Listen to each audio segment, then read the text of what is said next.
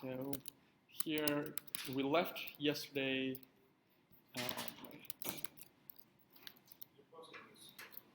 Say that again? Yes.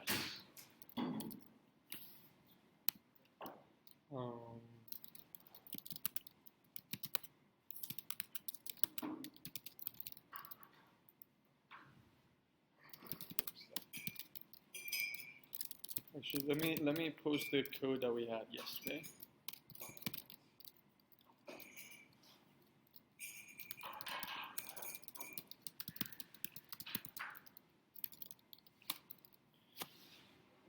Oh, I uploaded all the node modules. So in that repo that we were working yesterday, which is full stack app building. Now, oh, I didn't push. That folder that we were working yesterday, we should now have solution folder. Yeah. This is what I have basically. If you want to refer to it now. Cool. So we had open code here.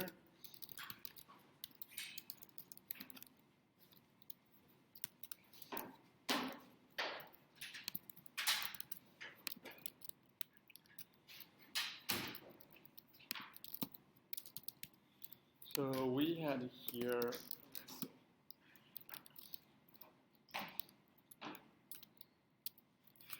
we have two folders. We haven't done anything on the client folder yet.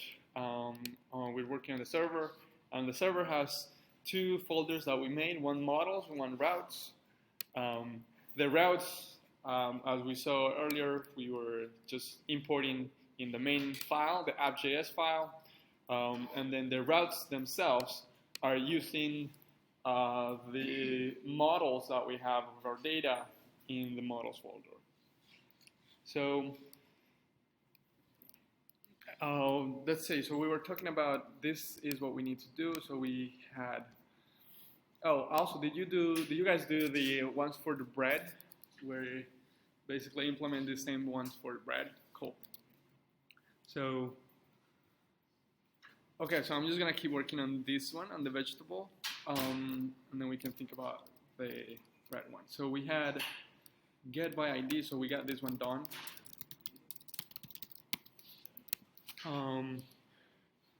I think,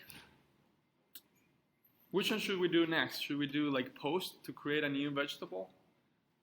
I think that's, yeah. So let's do this one. Cool.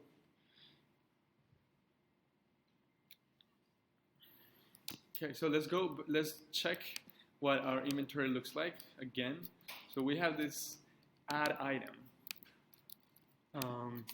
And then this add item is just checking the type of the item and pushing to the right array, right?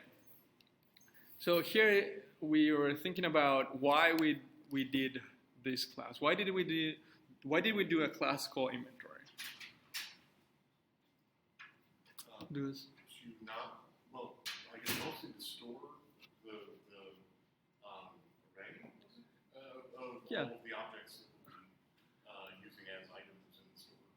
Correct. Right. So to have ourselves a little bit more organized, having a central place where we have our data, as well as defining functions that are going to manipulate that data, that are going to interact with that data, getting them, modifying them, and adding new data. Cool. So then, since we have this, I suggest we also have a class for an item. So we should have a class for an item, and maybe a class for a vegetable, and a class for a bread, where those two, so we define that these two, the bread and vegetable, share some properties. So those could be part of the item. And then the vegetable class and the bread class can inherit from these object with these properties and just add the new ones that are unique to vegetables and unique to bread. Shara, you had a question? Can you zoom in the file? It's kind of hard to see. Yep. Cool. So since we're now thinking about the item as the full picture, before we implement the post, let's just create a class item that will have all the properties of the item, and then some subclasses. So let's do, in my models folder, I'm going to create a item.js. I think I'm also going to create a bread.js as well as vegetable.js.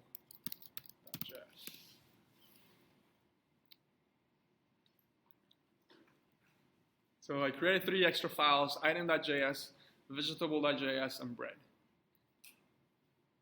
Now let's do the item first, since we know that, this is also that concept of inheritance, that we can have, for instance, a class vehicle and a class car, and maybe another class bike, that they share something from the vehicle class. Say they'll probably have, both will have an engine, both will have some number of wheels, etc. So here is similar, where we have, and we don't necessarily need to do this, like break it down into both, but I said, since we're doing a review on class, let's also review inheritance. So we're going to have an item that is going to have these properties: ID, name, units, arrived at, type, and price. And then the bread class will inherit from the item class, and we're just going to add only the properties that are unique to bread to that, and so on for vegetables. So let's do class. Actually, let me give you guys some time. Create a class object, the item class that should have these properties in the constructor: ID, name, units, arrived at, type, and price. So create that class item, have a constructor.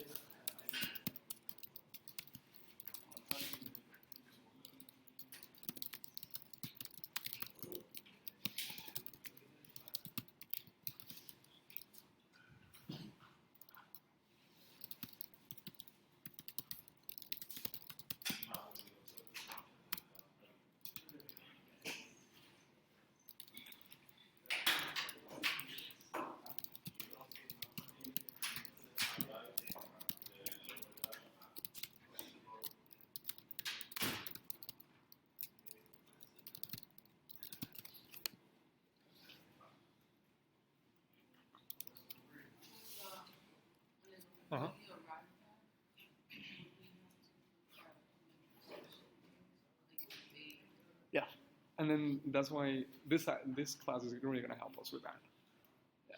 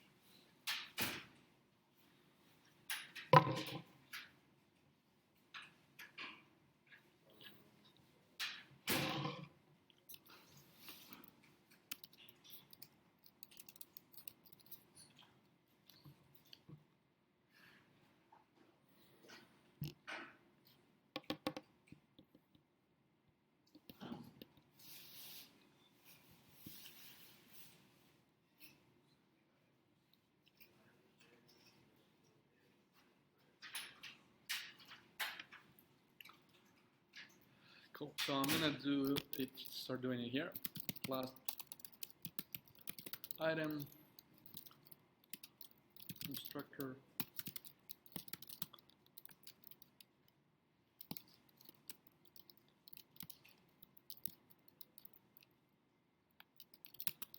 This dot ID.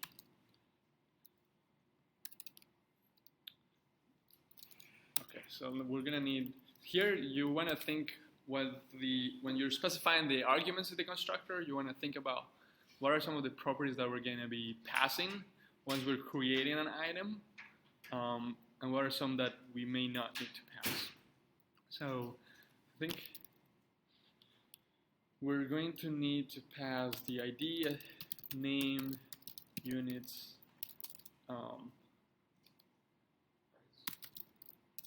type, and price. Note that I left out the arrived at, and that's for some reason. So do this that name equal to name. This that units equal to units. This dot type equal type. Actually, we won't. Oh no, yeah, we will need type. This dot price equal price.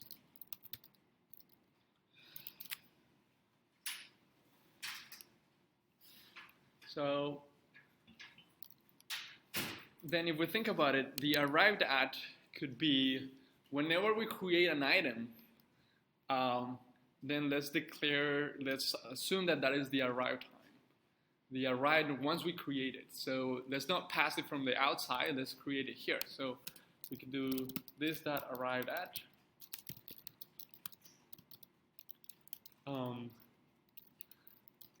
And here we're gonna use the following. So let's see, maybe I'm gonna say like current. I'm gonna declare a variable here, current date. Date is equal to new date. So, and let's look at what new date is gonna give us. Or yeah, here, let's do current date, and then we're gonna do current date dot to ISO string. We're gonna talk about what this does.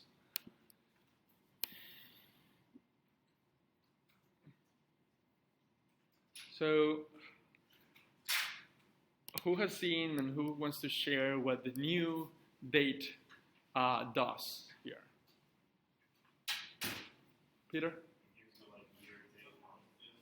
It gives you year, day, and month. That's correct. And which date is that going to be? Like what date? So The date of the day that you like when you call this item class, and you get a new class, you do that date. that's correct, right? So let's look at this here, sort of some examples here. So I'm going to go to node, and then I'm going to say new date,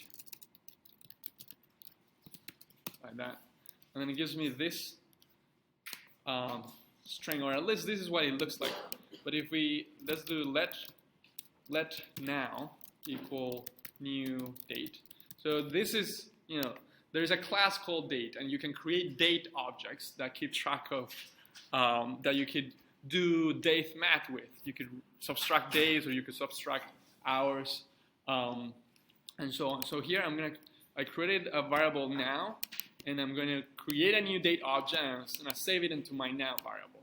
This is no different from creating an inventory or creating anything from a class. So then now is that. So now this now is a date object with the time that at which it was created, basically. So this was created on the 27th of October 2019, and this was created at 2:21 p.m. 2:21 p.m. 14:21. But this is time from the Greenwich meridian. So this is what we call a date string from the Greenwich meridian. So this is the time, and if we want to get the time in our country or wherever we live, you could do now that to locale string, and then it gives you a human readable date. So it tells us that this date was taken on this day at this hour, right? Now we're gonna be using, yes, Peter. Is there like a new time if you just want the time? Yeah, I think there's like now that get time. Oh, that one.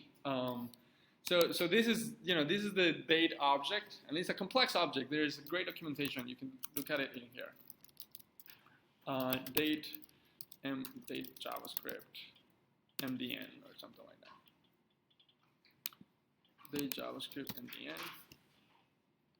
This is a great resource for all the methods that we have. So for instance, we have like date.utc, date.now, date.parse, and from here, there are a bunch to time string. I think this is the one that you're talking about, Peter. Yeah. To time string can do, so if we do now that to time string, it gives us the time, right? And some other information that you may or may not want. But it is very common. So there is this format of dates called ISO's date format. And the ISO, I think, is the International Standardization something. And they decided to use this format as a standard for dates. And an ISO date looks like or ISO, and that's the format that we see, for instance, here. This is an ISO date. It's a different format. We don't need to go into like exactly what. So if I want to get that, we can do now that to ISO string, and I get that one. So this is what we're going to use as our timestamp for the created at or arrived at date. So let's just do this then. So we're going to be using something like this. And as I said, when we create an item, we sort of like take the time, record the time in this current date, and then convert that time to the ISO format string and just save it into the arrived at. Just like that. So I think that's it for now. Let's look at an example here. So I'm going to create my item going to be equal to new item. This is just a test. New item, I'm going to pass an ID of 100, a name of bottle, even though we're not going to be handling bottles here. Just as I said, this is just an example. Units, let's say we have 365 of those. Type bottle. No, let's do roll. Type bread. Price, let's say 75 cents. Oh, we haven't talked about what the type of this is going to be. Just like this. So I'm creating an item out of my item class. It's going to have an ID of 10, name roll, units 365, type bread, and the price of $0.75. Now let's console log here my item. So that we see what we have.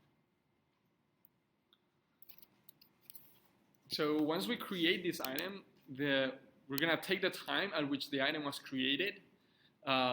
We format that time to be in the ISO format, and then we save it to the arrived at property. So once we create this, the time, whenever that happens, that time is going to be recorded. So let's see in terminal here, exit from here, and then let's do cd solution server. I'm going to say node. I'm just going to run this file independently just to test it out. Models item.js. Nice. So we see that now we created an item, an object out of the item class. We can see that because it says item here. We have all the properties that we want, and this one that was created sort of automatically or assigned automatically at the time of creation, basically. So this is sort of we could use this as the time of creation. So we see that was created whatever our time is, 28 minutes. It's exactly 10:28, right? Cool. Questions up until this point? Yes. Is that date always going to be consistent, or is it going to change every time you run that file? It's gonna. Yes, it's gonna change because it's now going to be the time at which the item is created, and if I run the file again, then a new item is created, a time is recorded, and it's put there. Yes. Would that be an issue? So in this case, so yes and no. In this case, it will be because we don't have, we're not persisting this data. But once we introduce databases, which is what we're seeing, then we just save this date to the database, and it's not going to change. Yeah. Mm-hmm. Yes. I got an error. Mm-hmm. It said unexpected strict mode reserve word. It is unexpected string. Strict mode reserve word for that. Huh. Wait, do you have something in here on line 1? Let me quickly check.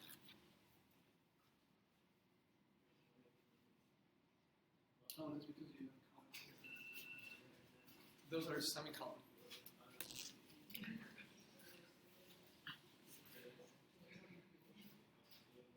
So now we have this item that is able to take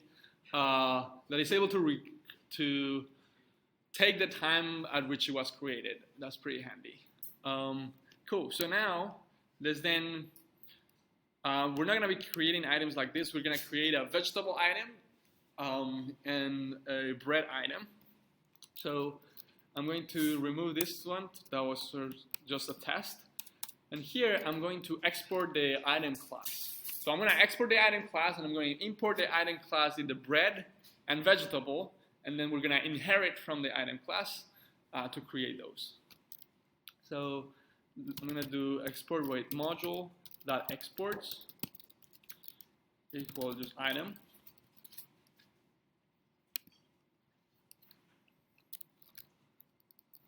And then I'm going to open, let's say, the vegetable.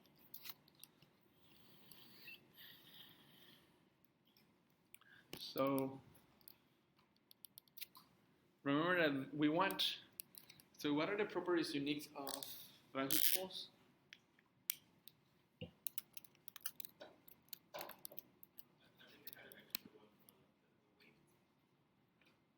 Let's see here. So vegetable, the vegetable has unique, it has an origin and a unit, right?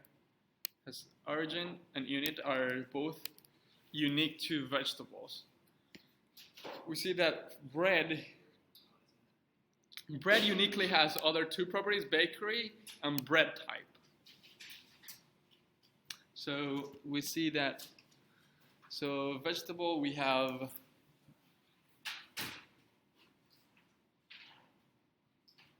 unit and origin. Bread has bakery and bread type.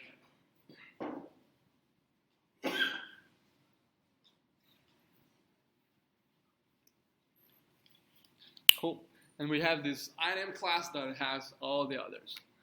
So then for creating the vegetable, since we saw that it has two unique properties, unit, the unit and the origin, so let's have it here. So first of all, I want to import the item class. So I'm going to say const item equal require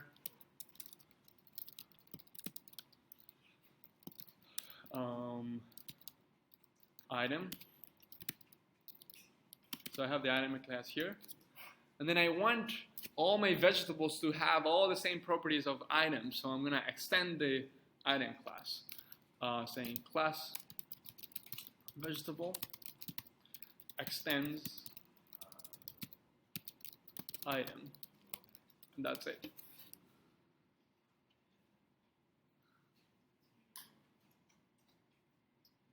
This is so that I don't have to repeat myself specifying these same properties again here. I don't want to specify these same properties for the vegetable. Right. So I'm just gonna, the vegetable class is just gonna have the two new unique properties to vegetables. So I'm gonna say constructor, and then here think about the properties that we will need. So to instantiate this class, so we're gonna need an ID, name, units, type, price. So basically the same ones as we have in the constructor of the item, plus the two unique ones, which are unit and origin. Unit, origin.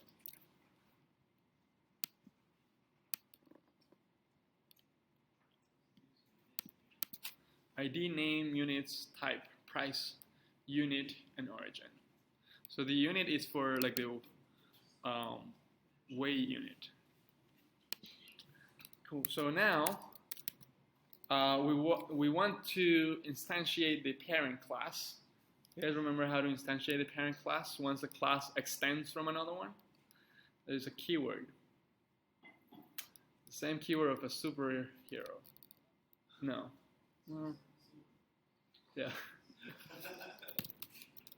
super. So when we call super, what we're doing is because the vegetable class inherits from the item class or extends, when we call super, what we're doing is calling the constructor in the item class. So we see that the constructor in the item class needs the, let me maybe put this here.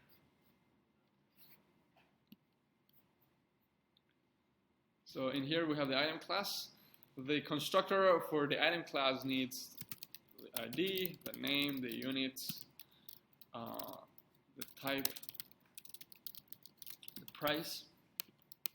That's it. So this will call the constructor in the parent class, or also known as the super class.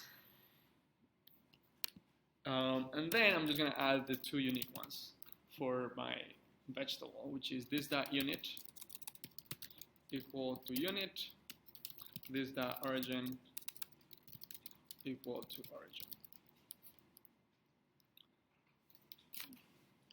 That's it. We have now a vegetable class. Actually, we don't need to pass, if we think about it, we don't need to pass the type, because we know that if this is a vegetable class, we know that the item will be a vegetable.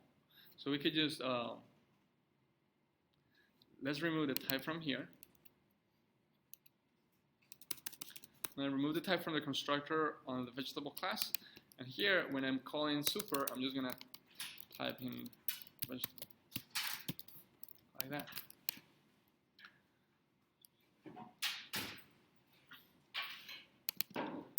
We know that this class all the items of this class will be type vegetable.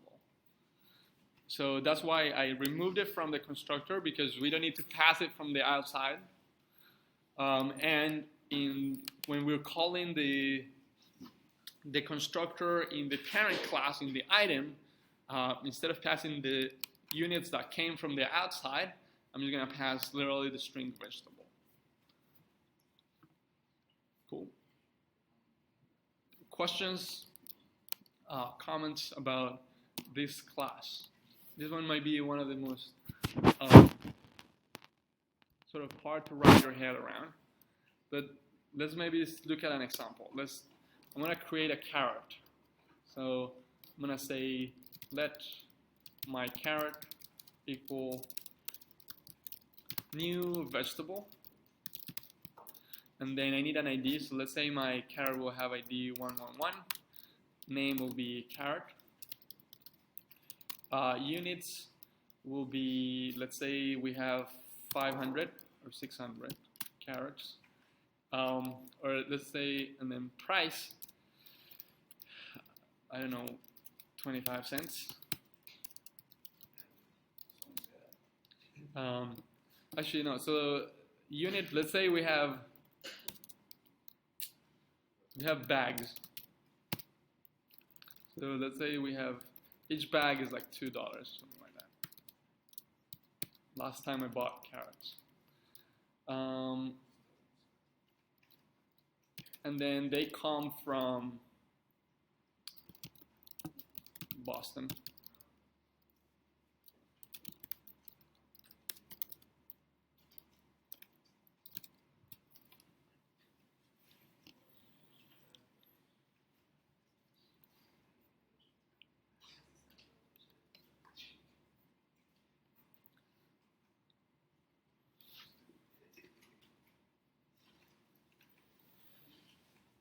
So I'm creating a vegetable object with ID 111. The name is carrot. We have 600 units. Each unit is $2. And those units are bags. They're not single carrots. They're, I don't know, 2-pound bags. And the origin of those carrots is Boston, Massachusetts.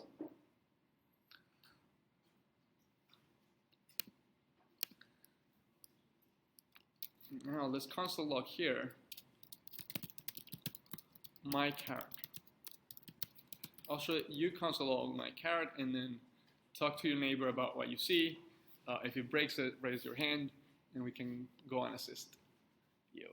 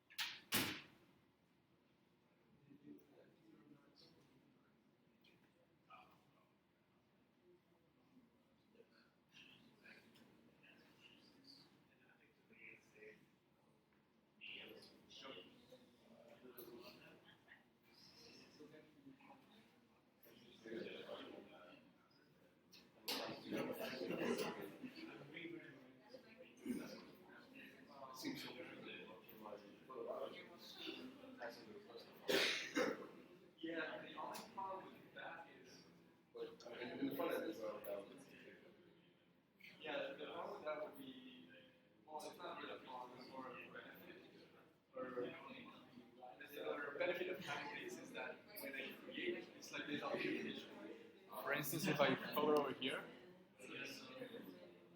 it tells me all the stuff that I need. Which is fine. That's why it has to remember.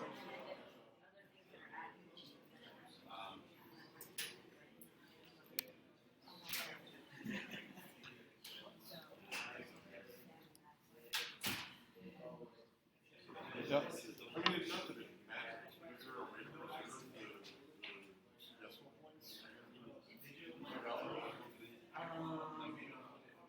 Not if you want to save it as numbering. Maybe you want to save it as numbering. Yep.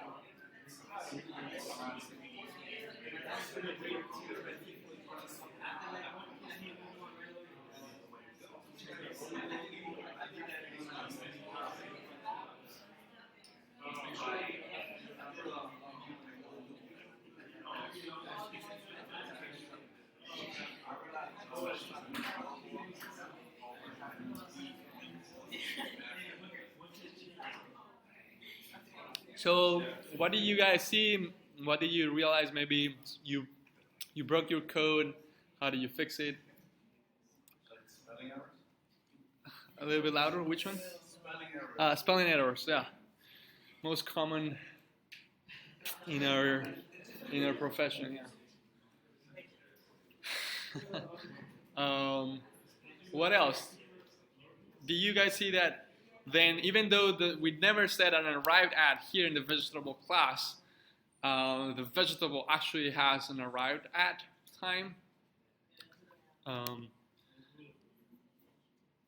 So let's see here. So I have that node models item. Oh, now it's no longer that one. Now is models vegetable. And then we have a vegetable object now. It has our IDs, it has our price, and it has an arrived at the moment the item was created. That's pretty cool. Cool, so then now we can use this class. So all the items, all the elements that we're gonna put on those vegetable array in the inventory class, like here, want the objects that go here to all be items, to all be not items, to all be vegetables that we create with this class. So then let's do that. So cool. So let's do for a sample, I think we should.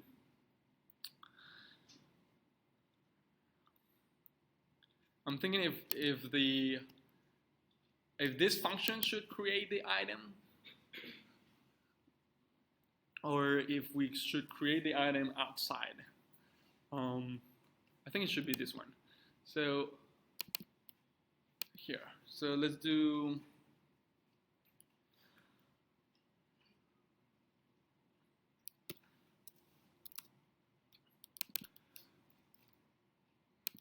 Well, we're gonna have this function here. Let's do let new item. Oh, actually, so here. So let's change this function a little bit. Let's have this function take in. Oh, actually, no. That's gonna complicate things a little bit. So, you know what? Let's do this in the route handler then. So now we have these two pieces of the puzzle that we're gonna combine. We have a vegetable, we have an inventory, and then we have, we're gonna create a route to add a new element to the inventory, to add a new vegetable to the inventory. So, cool. So let's do also one last thing that we need to do here is, I'm gonna remove this, export the vegetable class. So, module.exports equal vegetable.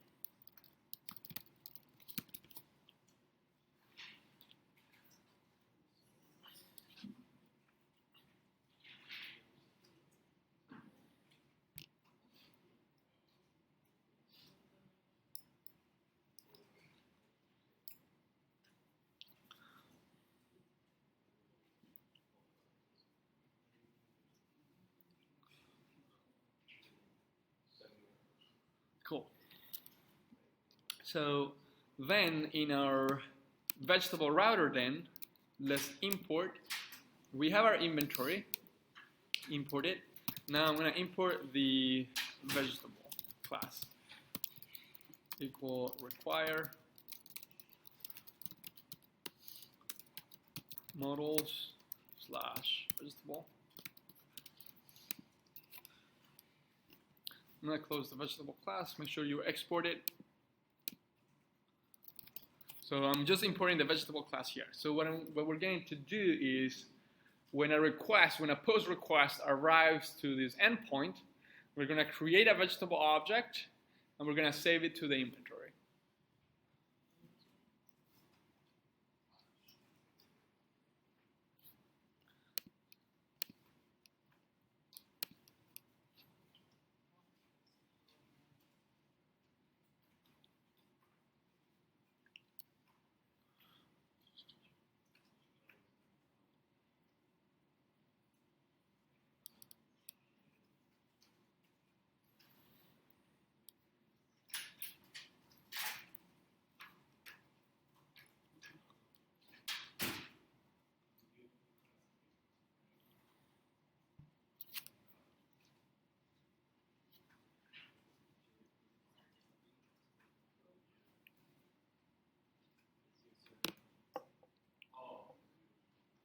So let's create a, remember that the vegetable router is attending the route, it's attending the requests that arrive to /inventory / vegetable. So let's do, then here, if we want to handle a post request, router.post to /, remember that this / means, let me maybe add a comment here. Pending routes or net requests.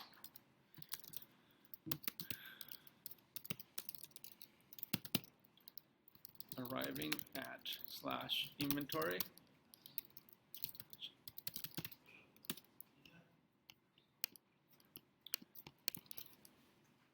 Oops.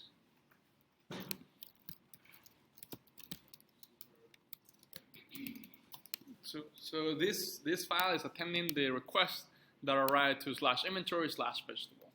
So this request, the one that we're attending here, is a GET request to the root endpoint of this route, which is just /inventory/vegetable. Here, this is a push request arriving at the /inventory/vegetable. Where? 27. Oh, thank you. Router. Cool. So in here, then we're going to receive the request, the response.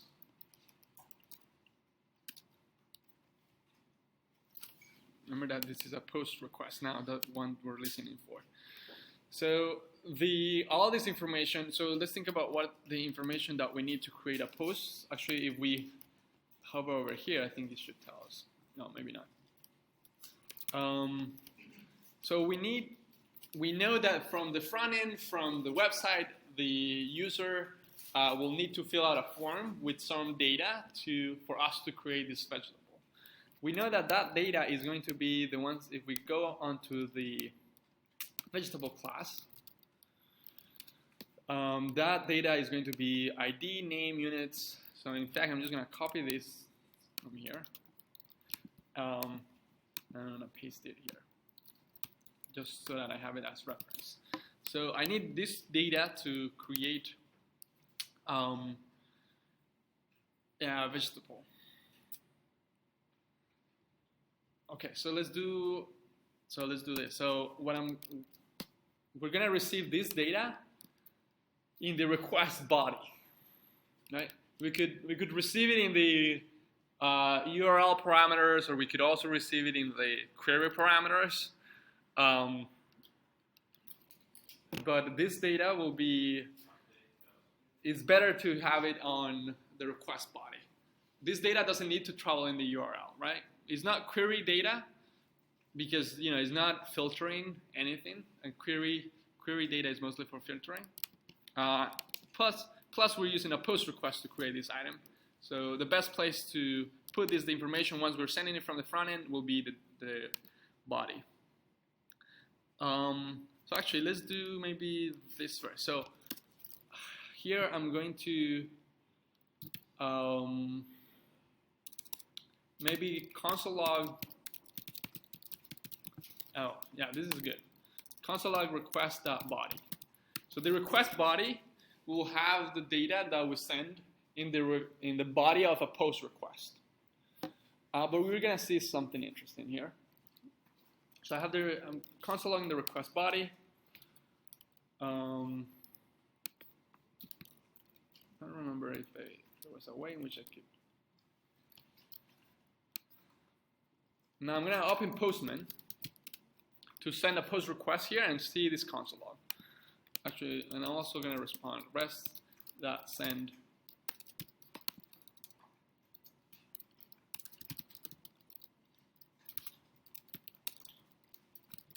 post request arrived at /inventory/ This is so that my server replies with something and see. I'm just testing if the post request route handler works. You want to test at every step. So I'm gonna go in Postman and I'm gonna type in my URL.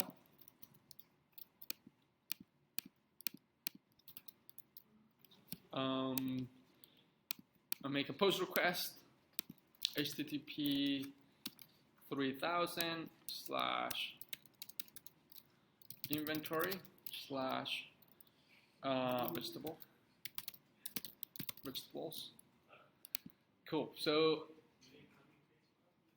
I'm sending this, and I'm going to prepare here the body for that push request. Data in X www-form URL encoded, and I'm going to send this data that we need here. Let's do the ID. Let's say ID is going to be 111. Say name. Create a caret. Price or units. Let's say we have 300. Say we have 300 bags.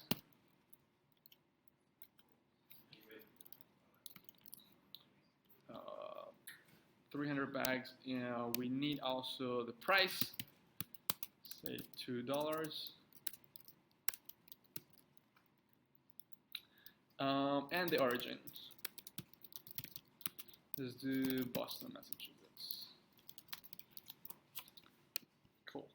So I'm going to send this data and a post request to my server, and let's see if it works. All right, any questions to this point? Are you following along, or do you need more time to finish? Okay, let's do 3 minutes. Say that again.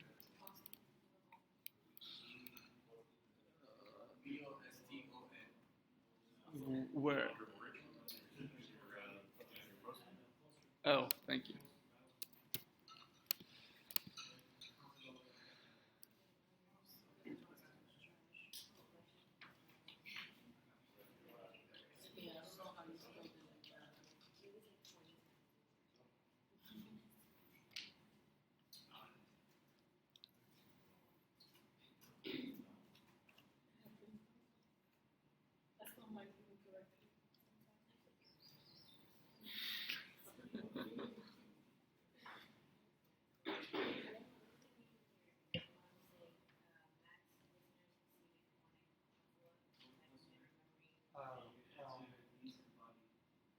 That means that you might need to restart your computer.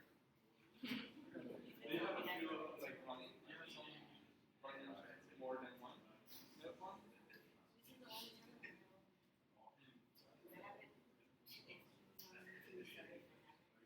Yeah, you should try restarting.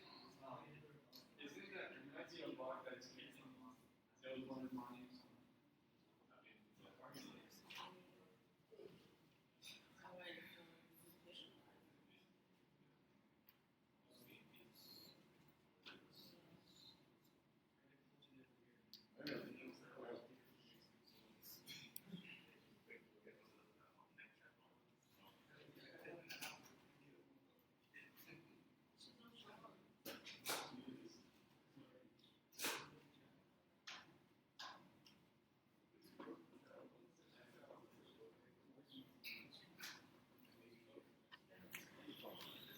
Cool. So, what are we expecting here? What are we expecting once they send this network request with Postman?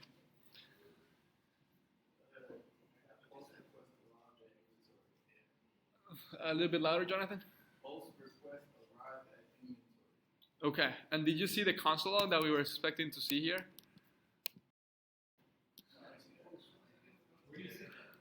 You should see it in the terminal where the backend is running. Monil?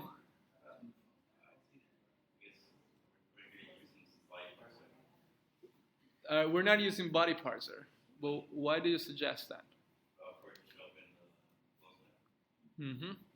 So yeah, so we will need the body parser for that, but let's see why. So here, I'm gonna run my server. ls nodemon app.js. Right, so my server is running. I'm going to send this request with Postman, hitting enter. The request is sending. I get back post request arrived at. Great, so that means that our route is correct. And we have here undefined here. This undefined is our console log. Now let me change here so that rec.body : comma, so that we see it more clearly. And let's go back to the terminal. I'm going to send this again. And we see rec.body is undefined.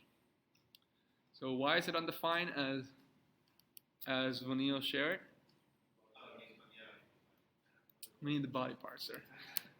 So going back to that, so let's look at here what the raw network request looks like.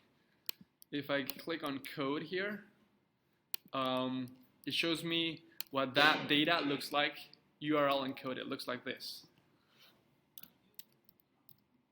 It looks like this. This is my data that I'm sending. And currently, Express doesn't know how to treat this data. we need the help of the body parser to look at this string of data and give us back a nicely formatted object that we could use. So let's then set up the body parser. The data arrives, is just that we cannot access it in direct.body. That's the job of the body parser. So in here,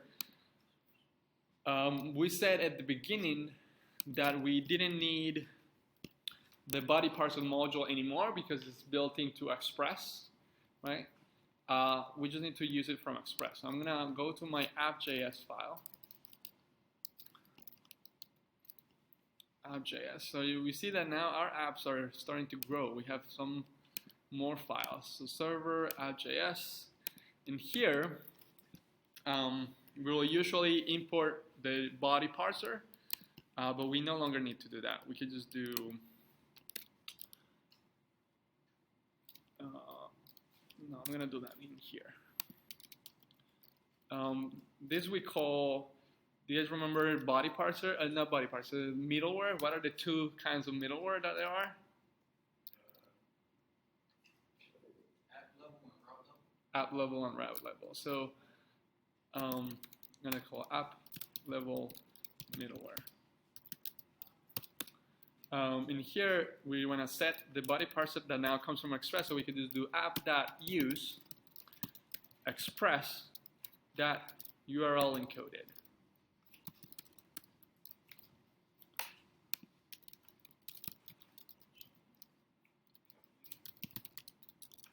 Body parser for URL encoded.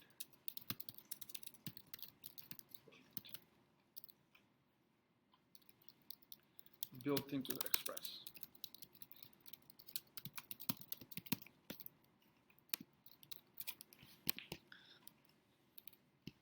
So, yes.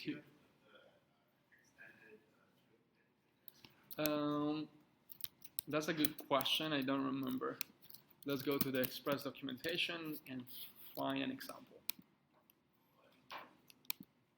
I think you might be right. To reduce the zoom here. URL encoded. Options, yeah, I think you're right.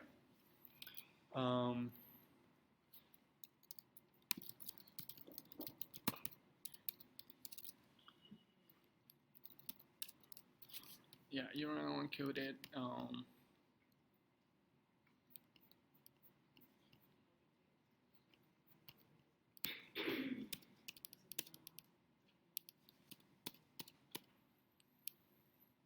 Extended, true. You can see that even in some examples that they have, they're still using the body parser, the regular one. So yeah, let's put this in there. An object with a property extended.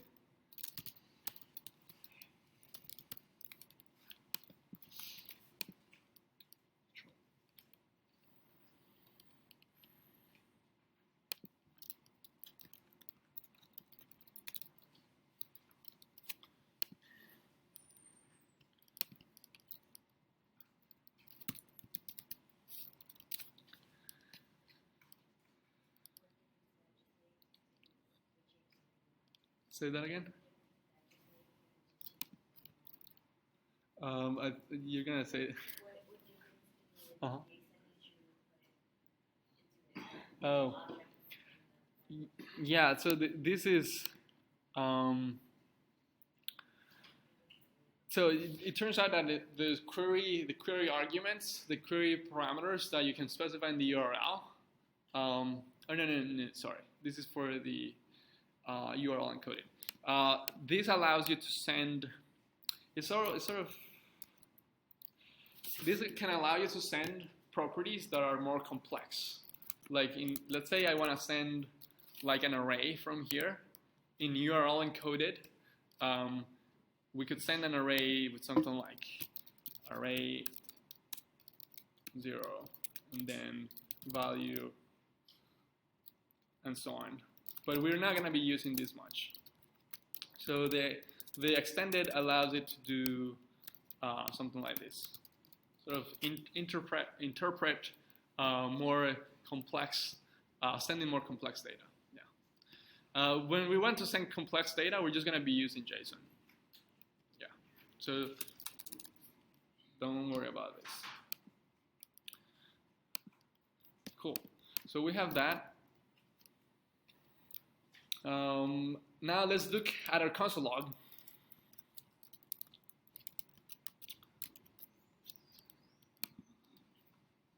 Where do I have? I have NodeMon. Yeah, NodeMon is running. I'm going to send this request again. And now we have a request body. Nice. We have now an object that has the formatted data that we received from that URL encoded. Does this make sense? So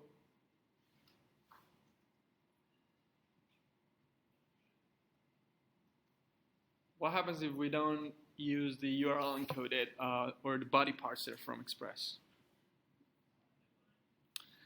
The request of body will be undefined. So now once we have the data, then we have already set up all the other sort of infrastructure.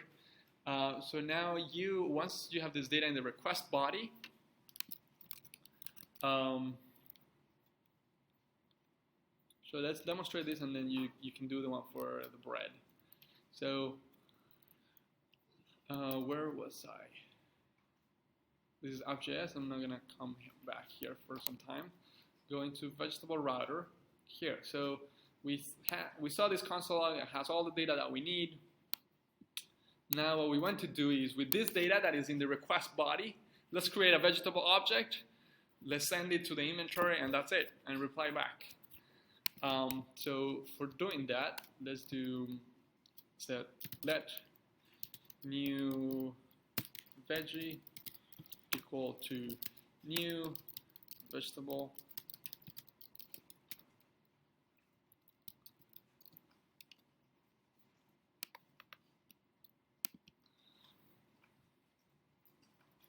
And here I will need to pass in, so okay, let's create some variables here. I'm gonna do let ID equal rect.body.id, let name equal rect.body.name, let unit equal rect.body.unit, let units rect.body.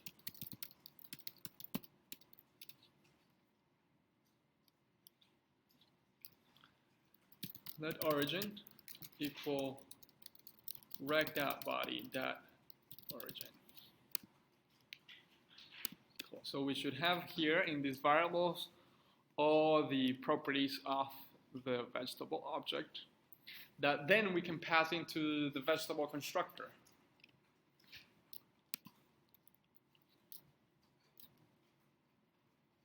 So let's do ID, name, unit. Oh, actually, this has to be, yeah, this has to be the order in which you specify them in the constructor matters. So here, I have to respect the order in which I define them. So I think it's this order because I copied it from there. So the ID first, the unit second, price third, unit fourth, and origin last.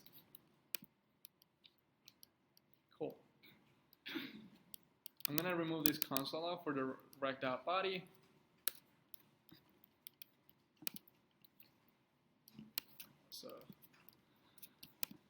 So once we have the vegetable, let's console log it just to see it.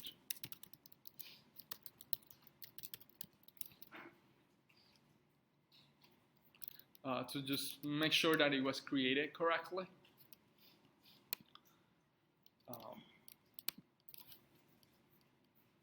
So the only thing that I'm doing here with this, creating these variables, is sort of shorting them a little bit, because I don't want to, I could, in here, I could specify, for the ID, I could say rect.body.id, comma, rec.body.name and so on. But that will end up with a super long line, and then I don't like long lines.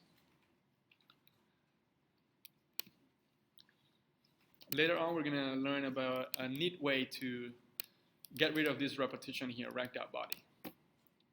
Yes, Jan?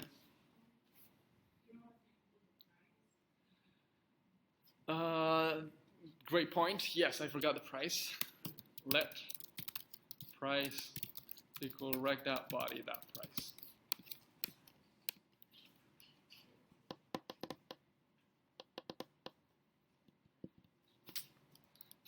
So you have 1, 2, 3, 4, 5, 6. 1, 2, 3, 4, 5, 6.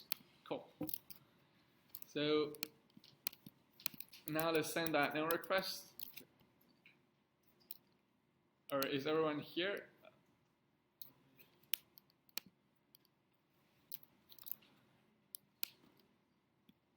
So let's go to Postman. Let's open the terminal side. And then let's send this request. Cool. Now we made a vegetable object. You can see that now we have the arrived at. We see the price and all the other information. Cool. Now once we have this object, we can just add it to the inventory with inventory.add item.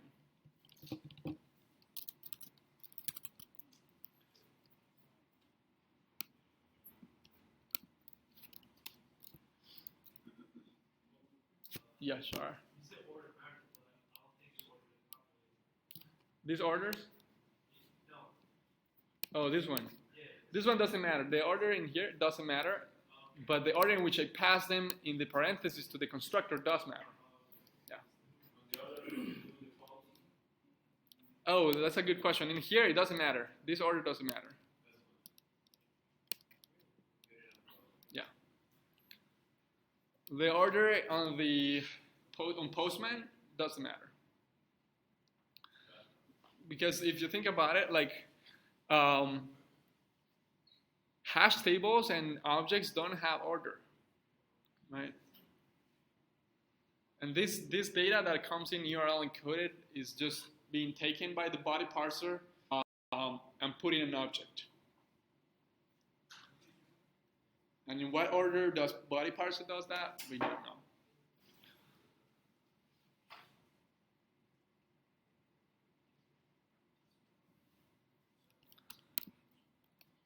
So here now, let's do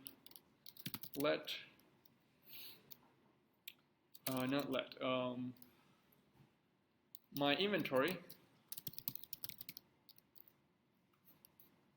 dot add item new veggie.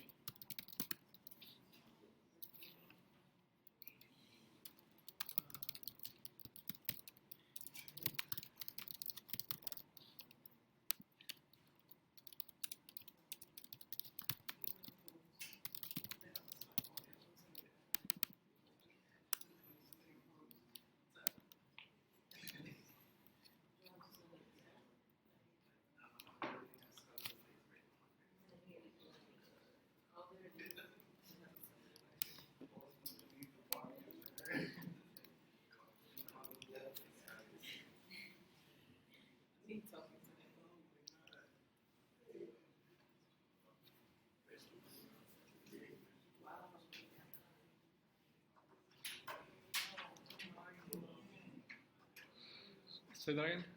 No, oh. So here I'm just gonna send our JSON to reply here. I'm just gonna create the new veggie. So we create the new vegetable with the data that came from the request. We created that vegetable we saved into a variable new veggie. We just add that item to the inventory by passing it. And we do res.json to reply with the newly added vegetable.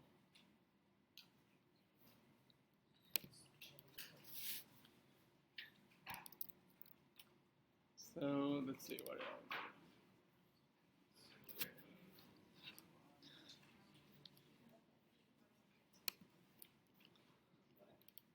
And once we make the request in here, oh, we didn't get what we expected. Maybe I didn't save. Make requests, and we have our vegetable object now. Cool. Make sure that you are seeing sort of the same thing as you make that push request to there. And sending back the new vegetable also good.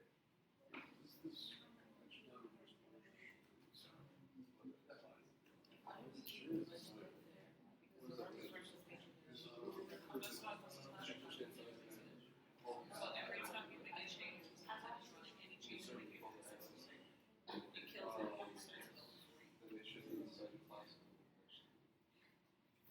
Any change you make, but once we figure out this, wow. Yeah. Like if you ever notice, it says we're starting with the changes and then we're and then you just no, it's just like, let me just actually maybe this makes sense. Not like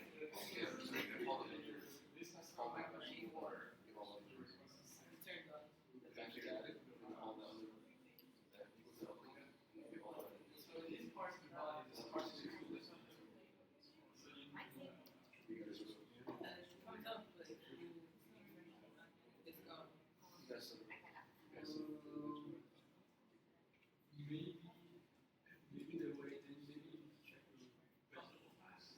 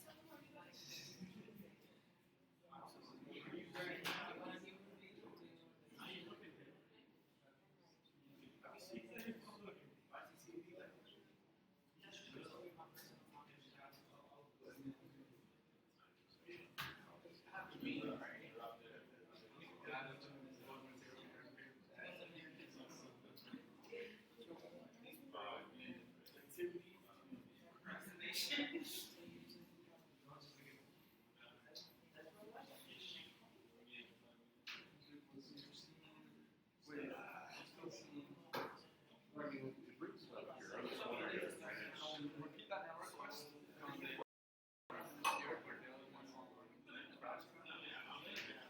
And out here you should see now your new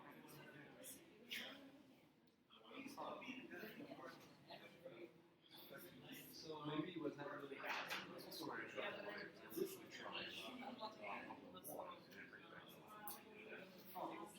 maybe your ad item is not working. Or maybe your server restarted. So maybe send it again with Postman. And then look at really not yet. You had inventory. Oh, okay. That's right. You know why we don't get it?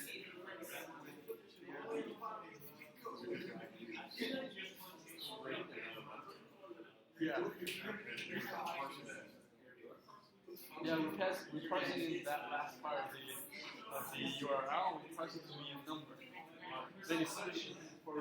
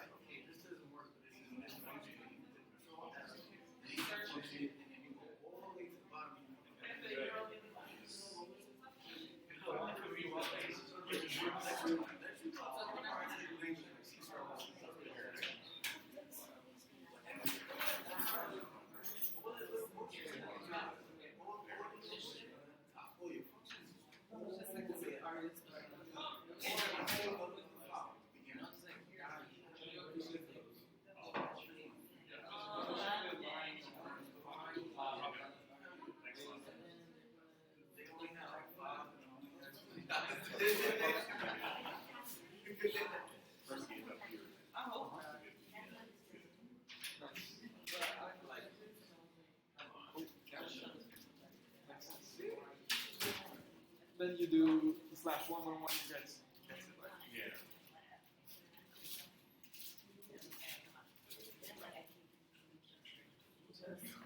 Okay, so,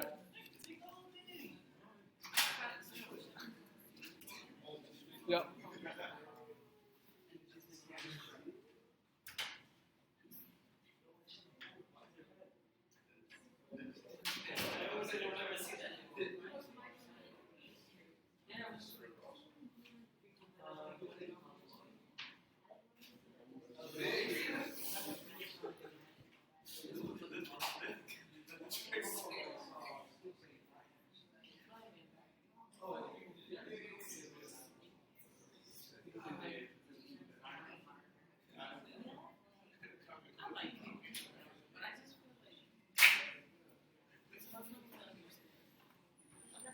Okay, so some points that we should be careful here is, so I added that, and if I go to the browser, to localhost 3000 /inventory/vegetables, I should get my 3 objects. 2 that I started with that we can get rid of now, that are incomplete, not really vegetable objects, or yeah. But now, more importantly, I have mine. That's pretty exciting. So we were able to add our own here because we made that post request. Shar?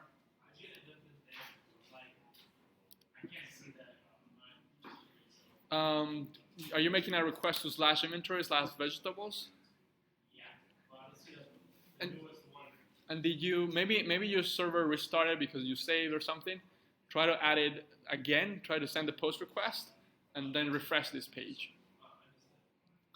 Yeah, because if my server restarts right now, all the data is lost, which is the problem that databases come to solve.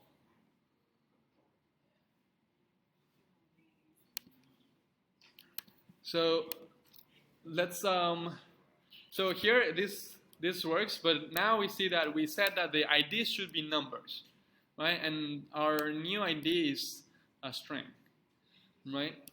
So we should probably parse that number. But we also, more than that, let's think about should the ID be given from the front end, or should the server assign the ID? Why?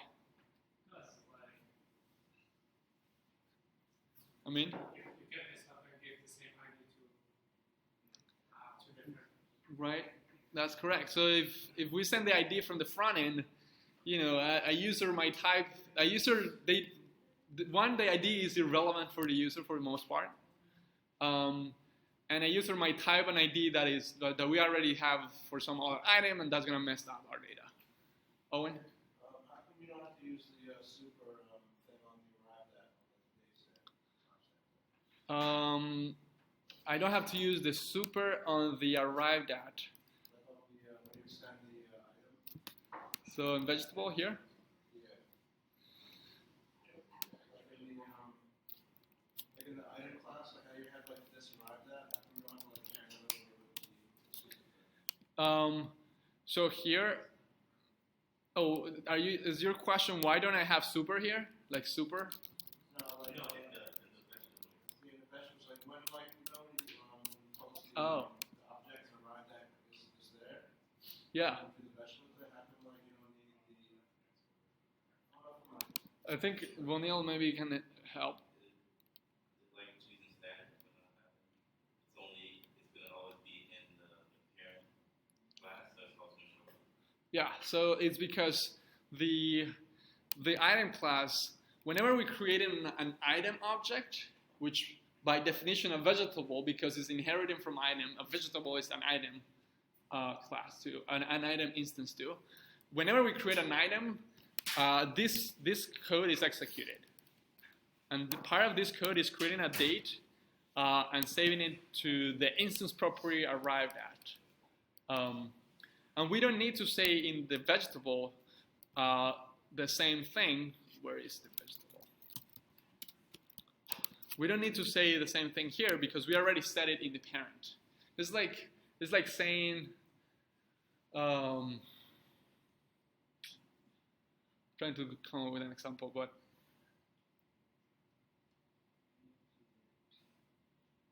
like more of a real world example, or like more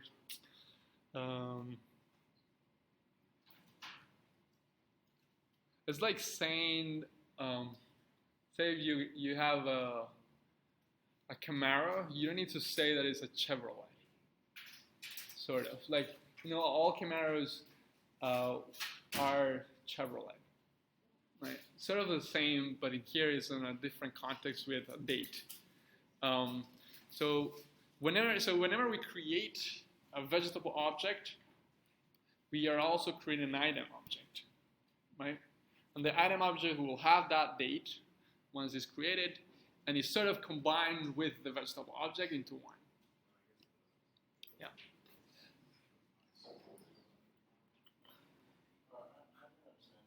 Cool. Other questions? So that's why we see that now our vegetable has the arrived at time. So going back to the problem of the IDs, so we shouldn't send it from the front end. We should have some sort of authority that will assign IDs. Who would, with the data that we have, who would be the best for keeping track of what IDs have been assigned?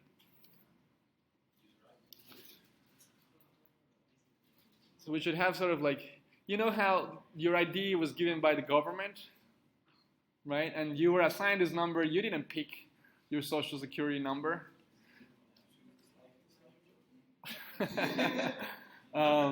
So it's sort of like that, we should have an authority that assigns IDs.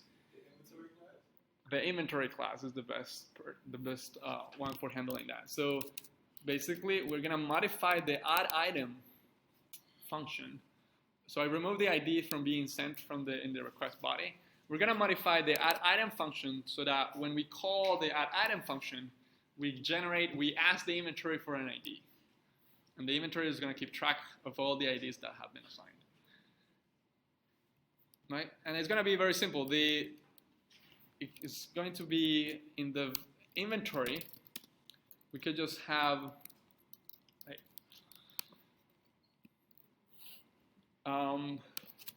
the inventory could just have a counter. Let's have the simplest ID possible, which is a counter. So whenever an item arrives, then we increase that counter and we say that's the ID for the item that just arrived. And then another one item comes. Let's say first we received a vegetable. Let's give that one because it's the first one, the ID 1. Then we got another vegetable. Then that's gonna be ID 2. Then maybe a bread arrives. That's gonna be ID 3. Right. So let's skip something like.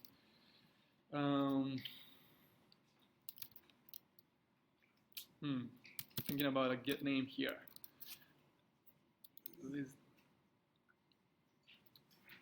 Any help? I need help with a name for a number here. Let's say like counter. I guess let's just do counter. Counter ID. So we're gonna start this at 0. So yeah, I guess it does. You could start at 0 or it could start at 1. Let's start at 1. Yeah. So then, in here, what we could have, a function, or so just do here. So this item that comes in here, will be the veggie, right?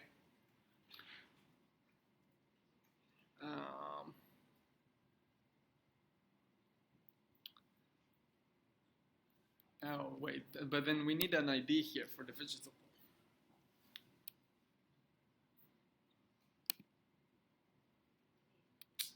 I see. So here we're thinking about having something like this. So we just add item.id. We say equal to the counter, or this dot counter ID. And then we increase that counter ID. Plus. No, let's start at 1. So the first item that arrives gets a 1, and then we increase that to 2, and then the next item that comes will be ID 2. So here we have to this item that came here. So actually here we're gonna need some refactoring, slightly refactoring. So instead of creating the vegetable here in the route handler, let's just create it in the add item function. Basically, moving this logic from here, or only this, moving sort of this logic into the add item function. Sure. Don't you do this dot counter ID plus or won't work? Thank you. Yes. This dot counter ID plus plus. So yeah, let's change this a little bit, where instead of creating the vegetable object here in the route handler, we just create it inside of the add item function. So what that is going to end up doing is just like let new veggie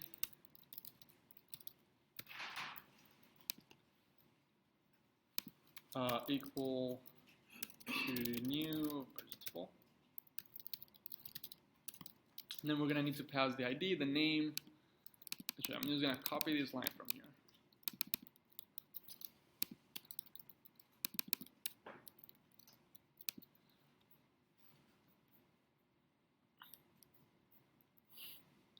And then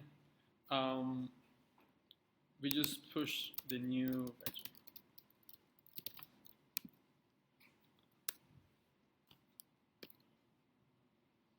So here, let's do the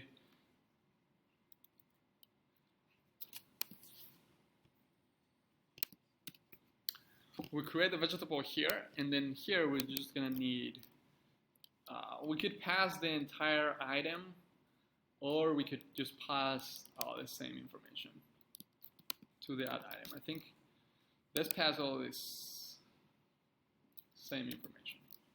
Oops. So my add item, now instead of taking the item, we'll take all the properties that are needed for the item, which is this. The add item will take in a name. Oh, but then then we're gonna have some issues once we want to add some bread, because then these are sort of hard-coded here. So you know what? Let's take in something like item details. We're gonna take something that is item details is going to be an object.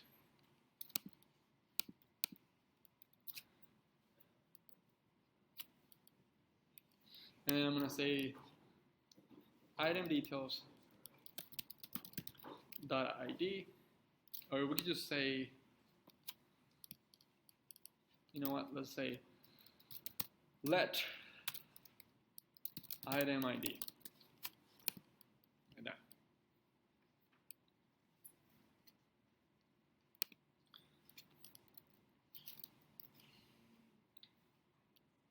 So here, what we're just doing is we're gonna pass in an object to the add item. It's not gonna be a vegetable object. It's just gonna be a plain object with some details about the item that we want to create. It's gonna have, you know, if it's a vegetable, it's gonna have name, unit, price, origin, etc.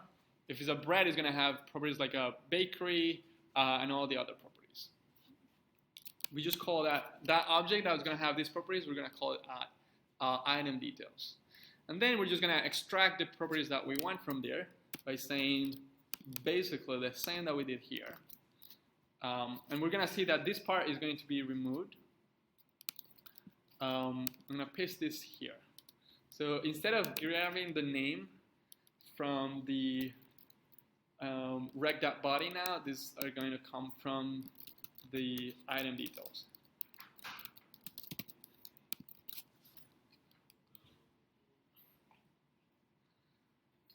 So I'm gonna pass an object to this function called add item.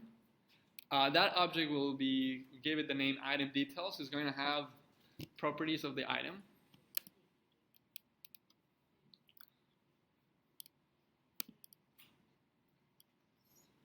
And then, yes? I'm going to change if item type equals vegetable to item details, not type? Oh, thank you, yes. No. Item details. Uh-huh. Yes, we will need to require vegetable now in the inventory and not in the router.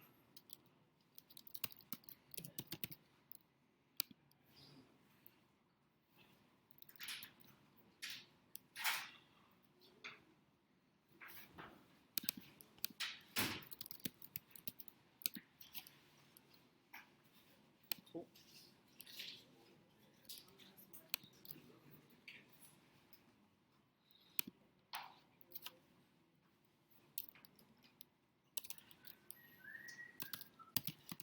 So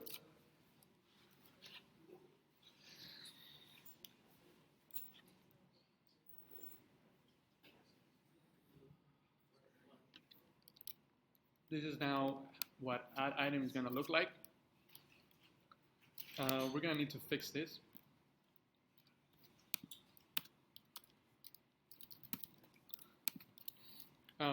And then now we can get rid of this here on the right. We no longer need to create the vegetable object. This is going to be done in the add item. Get rid of this, something like this. And now in here, so if we think about where is it that we have all the item details once we send them from the front end?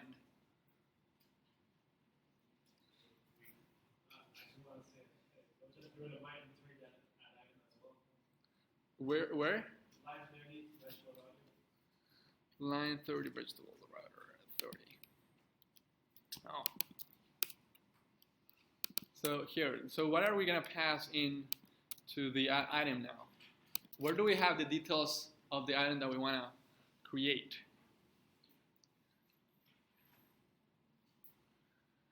Where do we have property name, unit, price when we send it from the front end?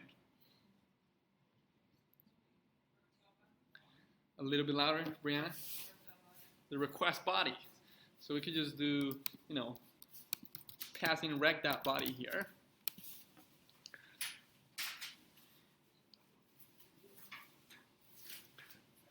we could also create a variable like let item details equal to rec.body. Same thing. Just passing the item details here.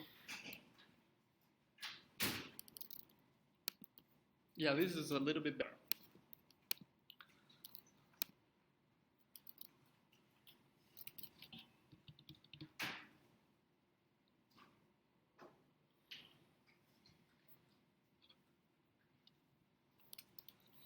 Cool. So I know that those were some changes. Questions, confusions, what can I explain again? Yes, Savita? Yes.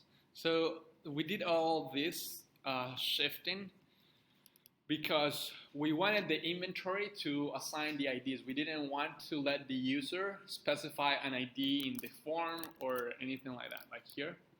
We were sending an ID from here, right? So that this item will get this ID.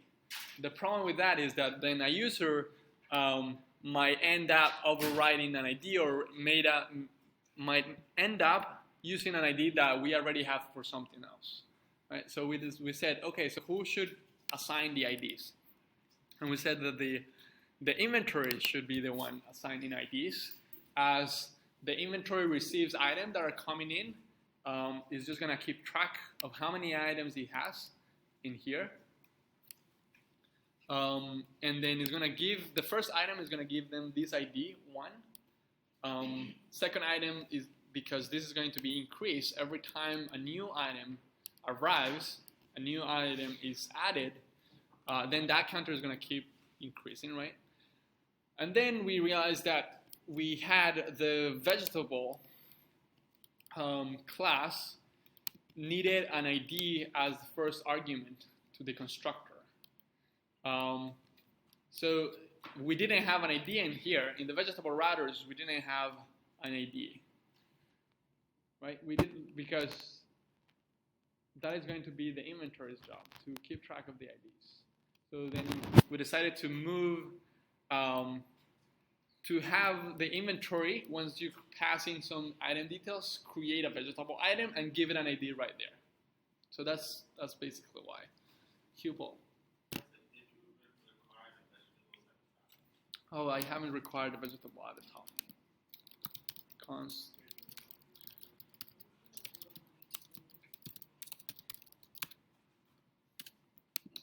Const vegetable require.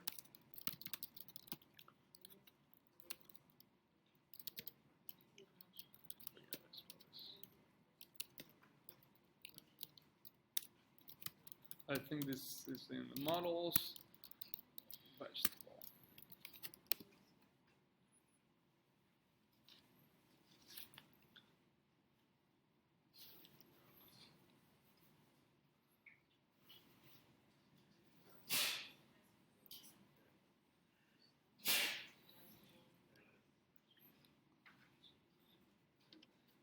So in short, we did this move because we wanted the inventory to give an ID to the newly created vegetable.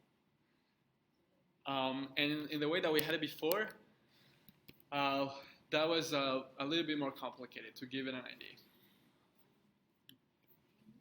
Yes? In here?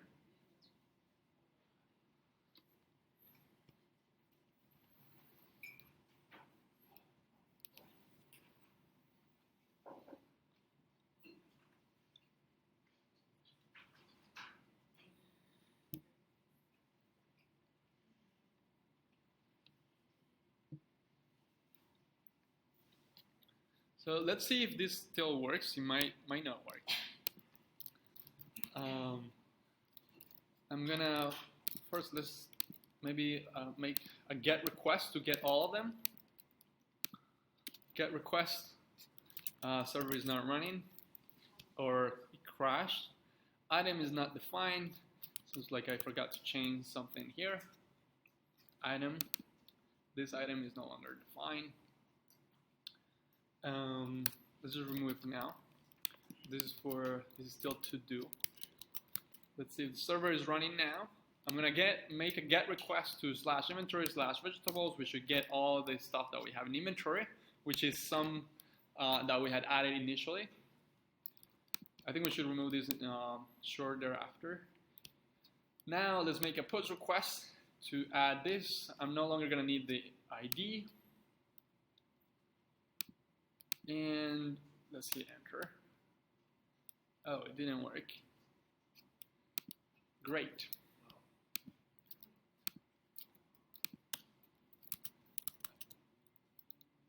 Let's see. So are we receiving a response? We are receiving an empty response apparently. Because if not, it will just hang here.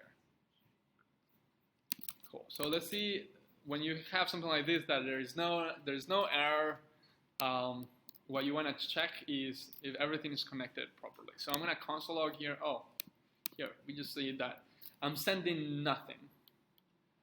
Right?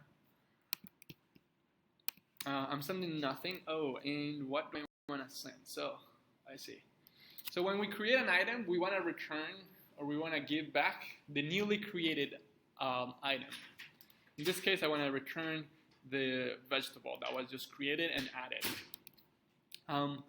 So it should be my add item function's responsibility to return the newly created item.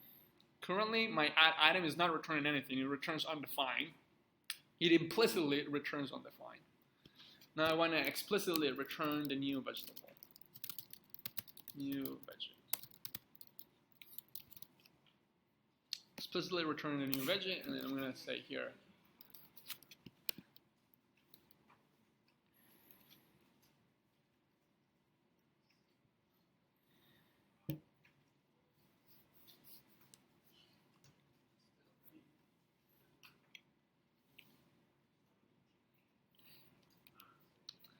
So my add item now returns the new veggie.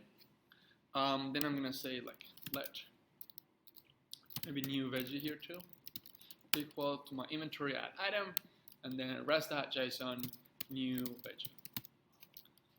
So my inventory add item returns back the item that was just added. Save it to a variable new veggie. Rest.json new veggie.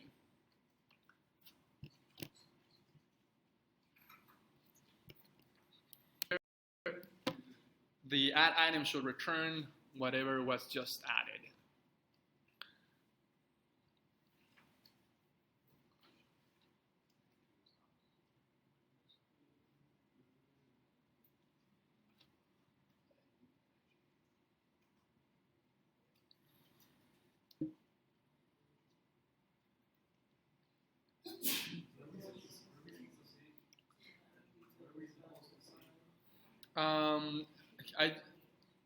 You're supposed to, when you make a post request, see the response that you get back should be the new item.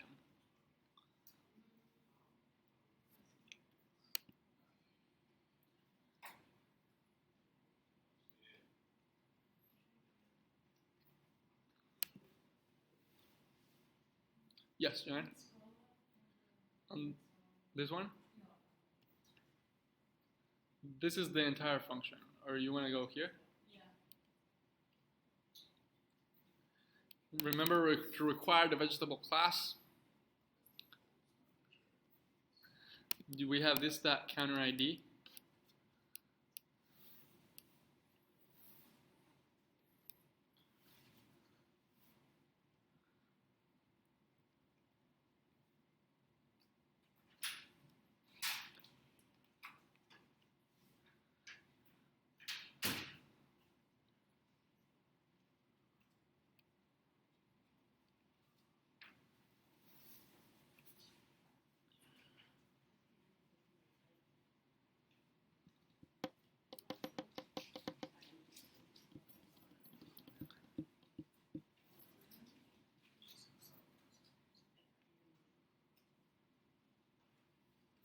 Did you change it here?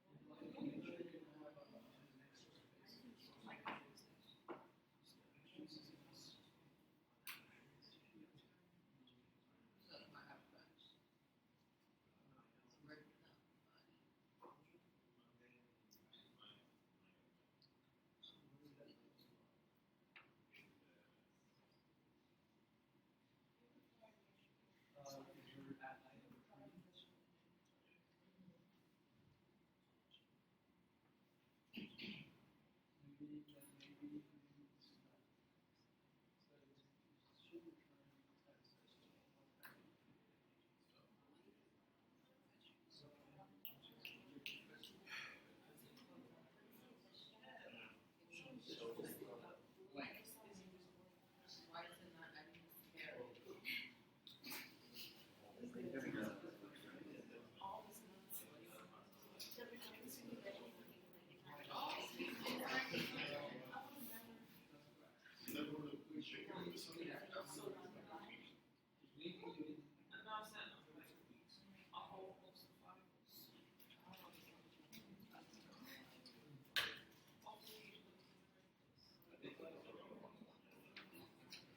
So you have to change that, you have to change that slash.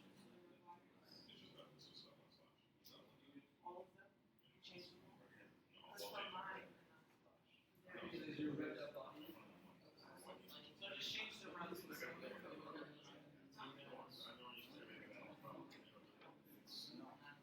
It's like this is how it is. This is the whole thing.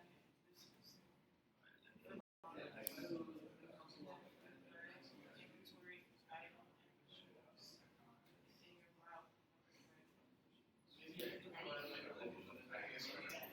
Okay, well, that's something that's for your required, right, change things.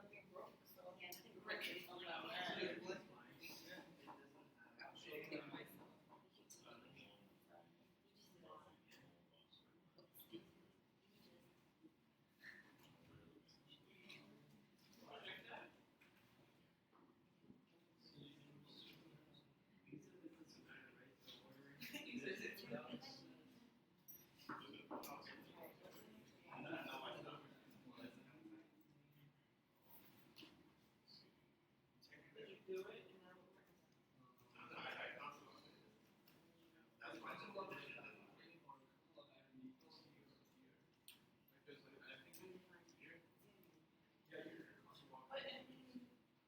and then it should have some type of basic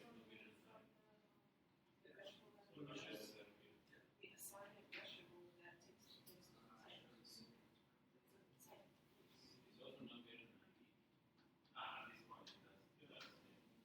That ID, name, units, vegetable, and then price. So it's not to the super, that's what it's.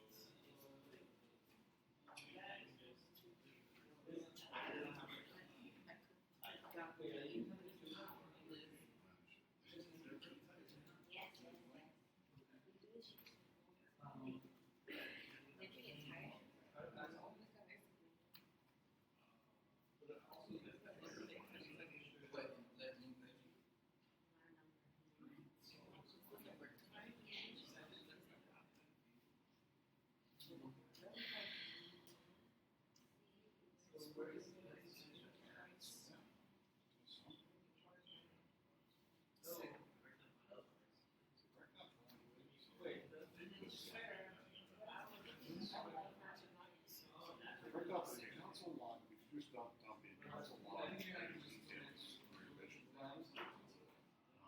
After you define it. And then go into your terminal for your service one, after you fire it and post it. You'll see that it has, you can see the stuff you sent to us, which is the main units, twice ordered. So, you can see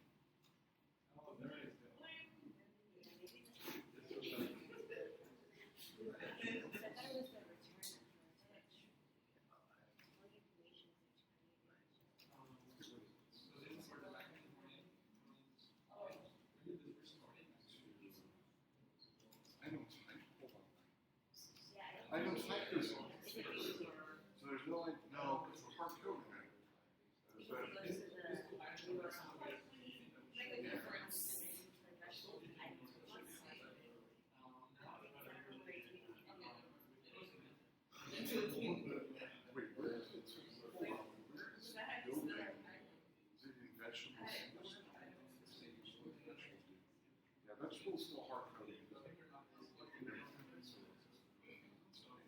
This was also item, not just item.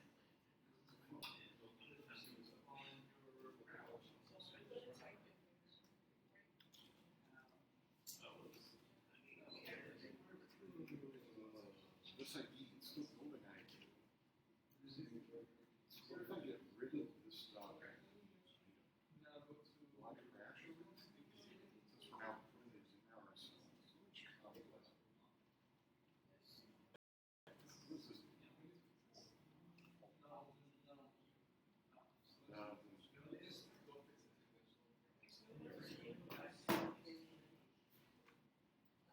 So, um, so for some of you, it might not be working because the item details don't have a type. Right? We didn't specify a type for the item details. So here we have three options. So actually, let me show you the current behavior that I've seen in a few of you. So I have my vegetable. If I make a get request, I get this. With the new changes, that's why I should have run it before I let you explore. If I run this, I click that and I get nothing. If I go back to get all the vegetables, nothing was added. That is because the information that I'm sending, or if we inspect our code, we see that the add item is checking type property in the item details. And if that is vegetables, then do this. If it's bread, then do something else. But in here, our item details don't have that type property. Item details is just the request body, right? We all agreed on that. So this request body, I'm not sending the type anywhere. So one thing we could do is add it here, type vegetable. Or we could also sort of hard code it here because we know that this endpoint is already a vegetable, right? So we could just add a new property straight there if we wanted to. Which one should we go with?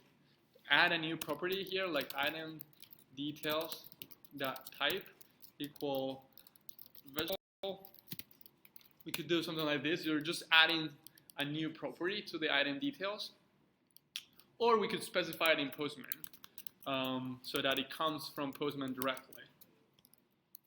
Which one should we go so that we don't have to specify here? Cool. So, okay, so then I'm going to remove it from the Postman. And I'm going to leave it in the item.details.type vegetable. Now, let's see if it works. Going back to Postman. Vegetables. Nice. We have it here. Let's get all the vegetables. We have them here. Cool. Nice. And we have an ID. Oh, this is interesting. We got an ID of 4. Let's try to add another one. Oh, we got an ID of 5 now. Oh, right, because, yeah, when we created these two, they were given an ID too? No. Were they? I guess we should just get rid of those. I'm going to get rid of the initial ones that we have in the inventory class, I think. Yeah, here. I'm going to get rid of this. That was sort of for trying. We saw that they removed.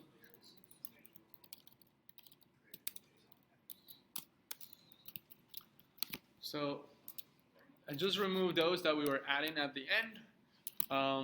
Let's see what we have once we make this request. We should have an empty array. Nice. Then send it with Postman. Send a post request. Let's look at it here again. We have an empty array. Now with Postman we add 1. That got ID 1. Oh, something else that maybe you want to work on next is we want this to be numbers. The units, the price to be a number as well. But you now know how to do that. And then here, let's check the vegetables. Now we have that. Let's maybe add another vegetable, spinach. You need bunch. Let's say we have 10 bunch. Price is like $1. Add that. Nice. Now we have spinach. That was just added. We go to vegetables, and now we have carrot. We have 300 carrots. We have 10 bunches of spinach.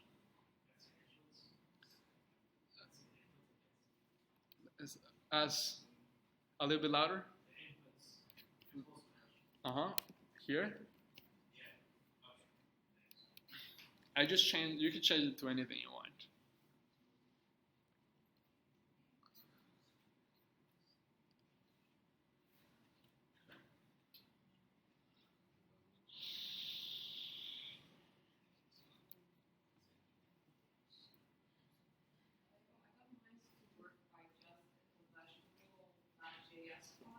Uh-huh.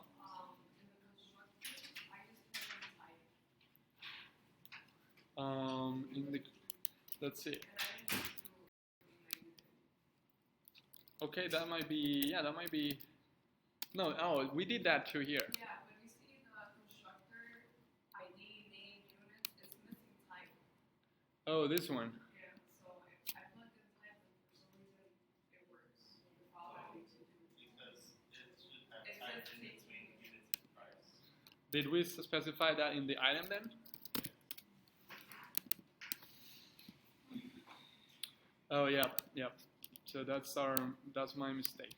Here, the constructor for the item requires all this. Let's go vegetable. No, wait. Because that's what we have here. You see this this constructor, the constructor for the item requires an ID, which you have here, which is the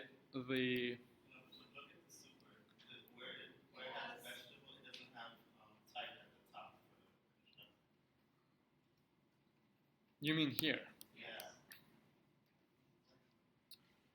And yes, but we don't want that type there. Because we already have it here. We're sort of any item. So the thing is, so we get the information from the front end, right? We get a bunch of information in the body, right? That information is not a vegetable yet, right? Because we haven't created one out of that information. That information that we got from Postman in the network request, we call type here as a second argument to the add item. Then we can just have, add item, comma, vegetable. That could be another way. In fact, I think I like it that way more. Because here we're just check if this type is vegetable, then add it to the vegetable instead of being part of the item details. So I'm gonna change this here. Type. Instead of the type coming in the item details, we can just pass it. So here I'm gonna pass add item, comma, vegetable.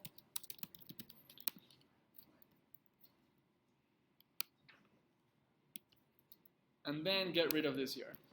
Adding details.type. We no longer need to add that there. So it's the same thing. The way or why I decided to move on to this one is because in here we're adding that property to the request.body. That's possible. It doesn't really it feels like polluting the object. Adding something that was not there. This way is a little bit more also explicit for the add item. That will add this item with this item details is going to create a vegetable, and it's going to be adding that to the vegetable array. And then let's just make sure that everything still works.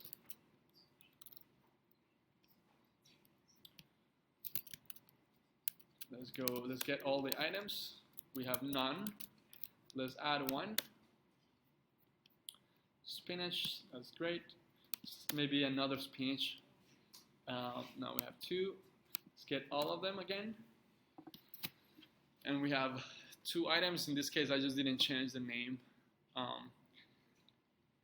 Something that you will want to consider is maybe we're adding the same thing with the same name. Don't allow it because we already have that item.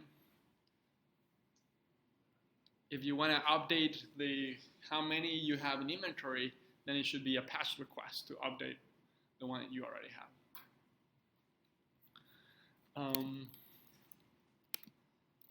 So let's see. Questions, comments, concerns up until this point?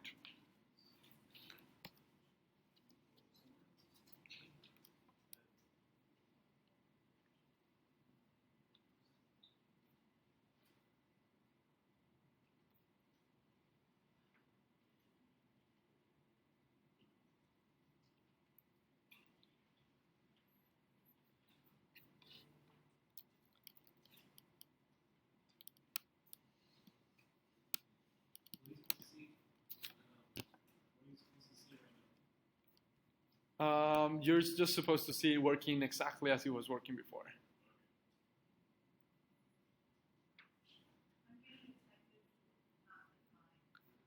Do you add it here to the add item as the second argument?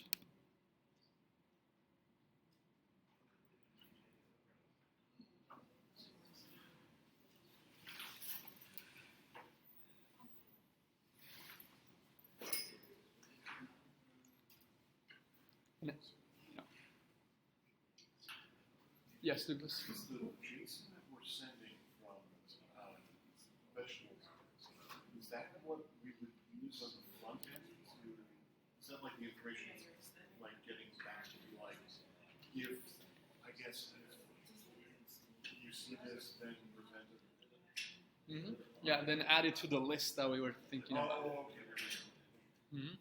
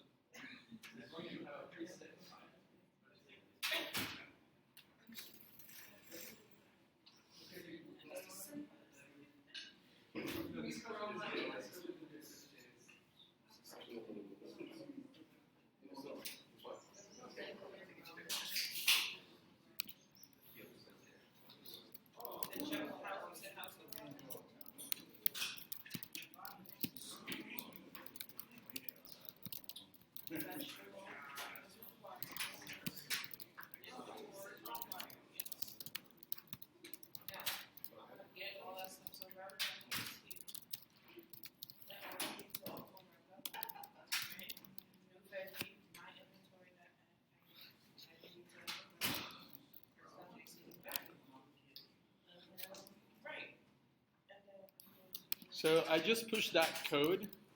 You will see it here if you refresh under solution, if you want it for reference. For the rest of the morning, just keep working on implementing the parts that we are missing, like removing the item. What are the other parts? We said, so here we did this one, done. Let's work on patch and delete for the vegetable. You will need to add this here as well as in your inventory. Implement these two as well.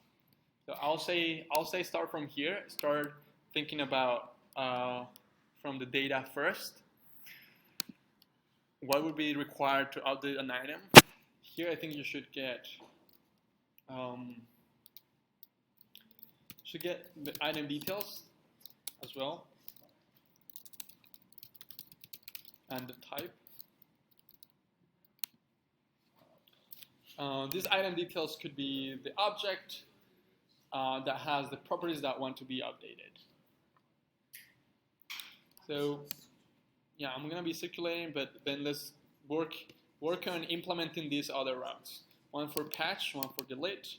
If you have questions, raise your hand and I can come by. But it will be, yeah, basically that.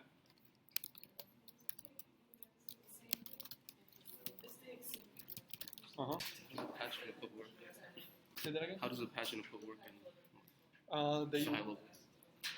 So patch is supposed to make a partial update. So if you want to, let's say, update the price of a vegetable, you should only need the idea of the vegetable you want to add and the new price. But with put is also used for updating. But if you want to update with put, you need to send all the information. The new. Does the route does actually the method actually check it, or does use just check it? The method checks it, but you decide what to do with it. Like you could literally have. How's the method gonna check?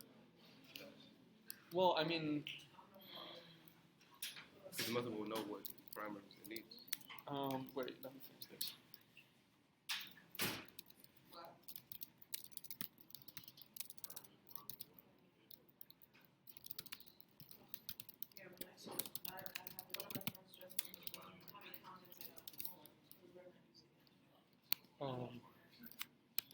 So the Express is just gonna check if the method is a put or patch, and that's it. That's It what doesn't do it. It doesn't do anything else. Like you could, you could do anything you want. You So could you have have to a check- you could have a put behave like a post, Yeah. but you're not supposed to because you're not like following how HTTP is. You're not following HTTP's rule. So it's you on the server actually creating those rules Mhm. and checking. Like this is And not following enough. those rules. Yeah. HTTP is just the standard. It says how it should work, but it's up to you to implement. Ideally, in an ideal world, everyone will follow the rules, and the put for my server will be the same, will behave the same as a put for your server. But it's ultimately it's in the developer's hand. Because put in a patch, put in a post is the same thing then. Because you could do the same thing. Because you need all of it. Actually, a put can create an item too. Yeah. Because the put in a patch, put in a post is pretty much the same thing. Because if you need all the parameters, you kind of you're kind of updating everything. You're just replacing it. Yeah, I think one difference there will be that when you send a put, you will send it to /env /vegetables /2. This will be a put to this request. If this ID doesn't exist, it should create this item. Otherwise, if it exists, it should update it. But a post goes to just only this section. So for like a put, you do want that. Yeah, for yes. And that is still sort of like up to you. This is how the standard says it should be. Rihanna?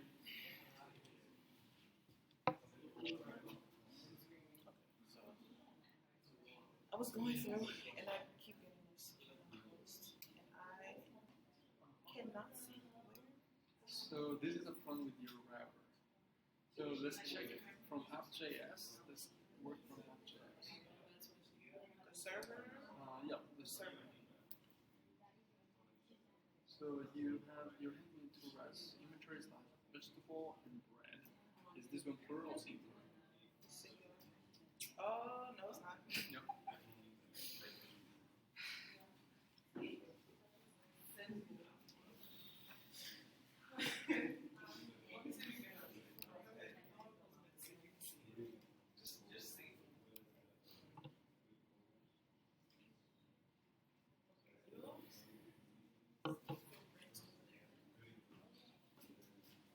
But you don't have the problem that I just said.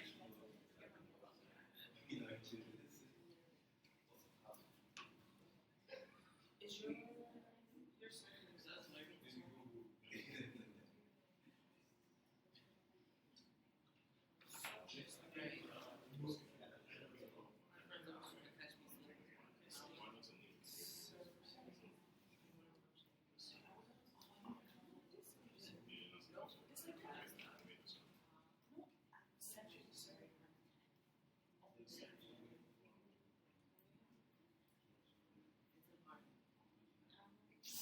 Okay, never mind. No, just. I mean, here, go here.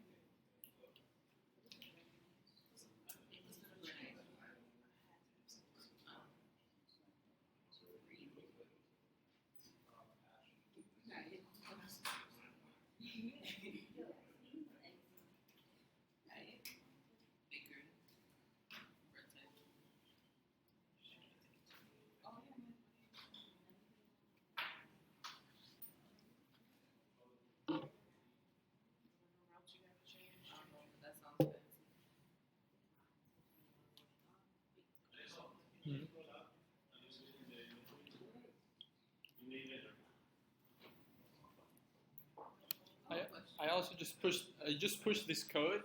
So if you refresh the repo, it has the solution folder. Yeah. So with the type of the bread, To add an item or to. oh no, just kidding. Mm-hmm.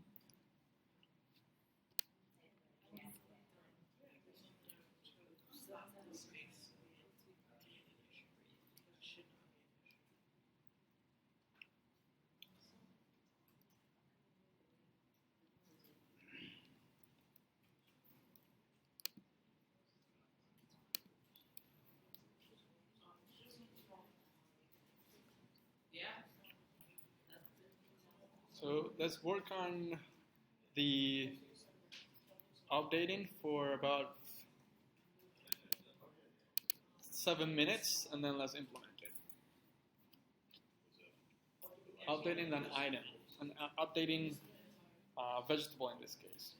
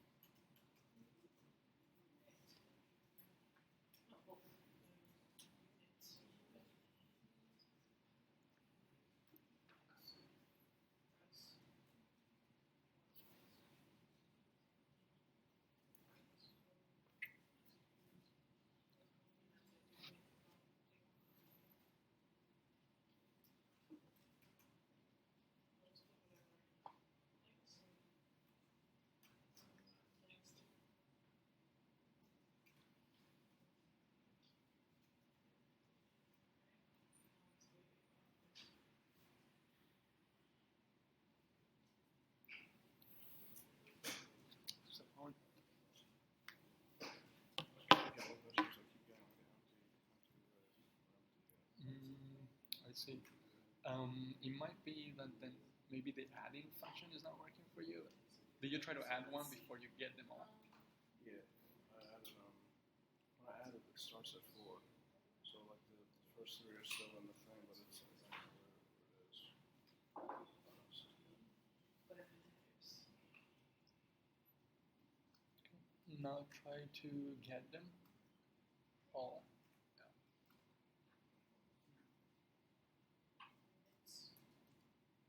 Oh, okay. No, you're getting them. It's just that you didn't have anything. It is weird though that when you restart your server, that it's starting at. Oh, I see. Yeah, I know why it starts off 4 because you tried 3 more times before, and those failed. Okay. I'm not sure exactly why they failed, but then the counter ID went up to 4. And on the 4th one, you send actually the request. Try it again, and then you should see it start from 1. If you try to get something now, you should get nothing. Right. An empty array. Now try to post. Huh. Oh. Wait. Why is it starting at 4? So is it because of these 3? Or not? Oh yeah. Yeah, it's because of these 3. You can just remove those. Oh, okay. Because this is going to increase the ID by 1, 2, 3. Nope. Quick question. So you're gonna go over these methods with us, right? I'm not sure we can get through all of them. I'm gonna try my best. There's another lesson today after lunch. Yeah. The Postgres and PG promise. Yeah. Okay. So, but we're gonna resume this right after lunch, for a short amount of time. Uh-huh. Okay. Thanks.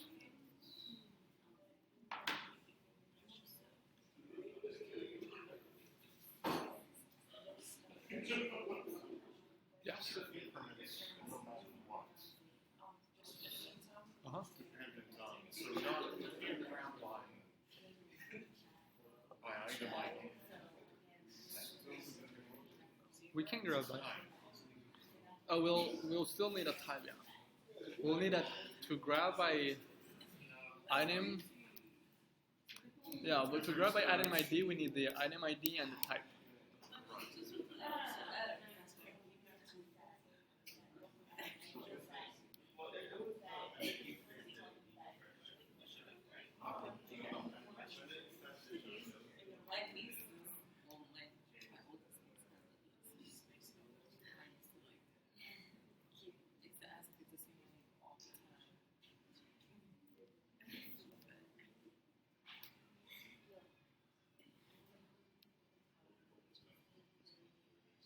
we're just typing in. Oh,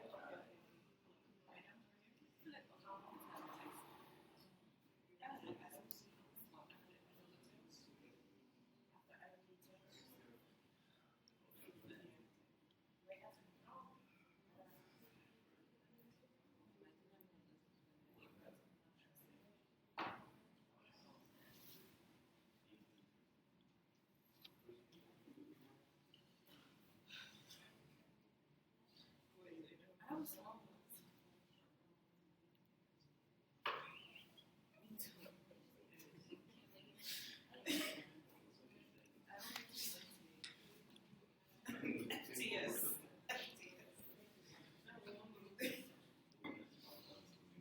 Alright, so hopefully I just check it for holiday. The red sugar. We really have a function. Because you got stuff there.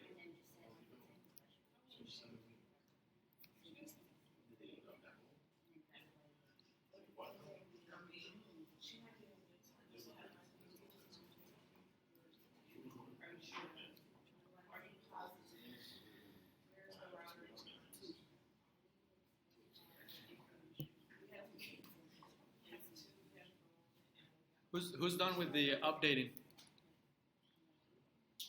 None. How much longer do we need?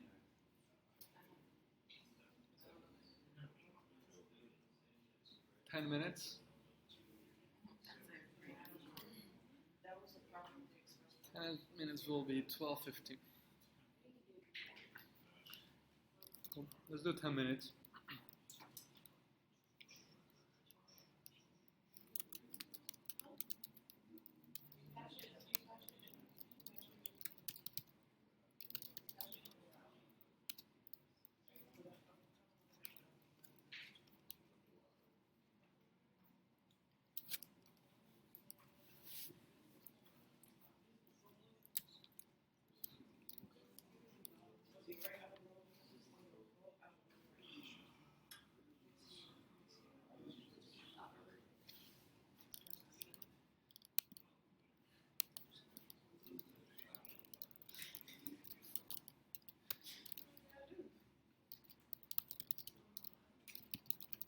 Statements for every possible.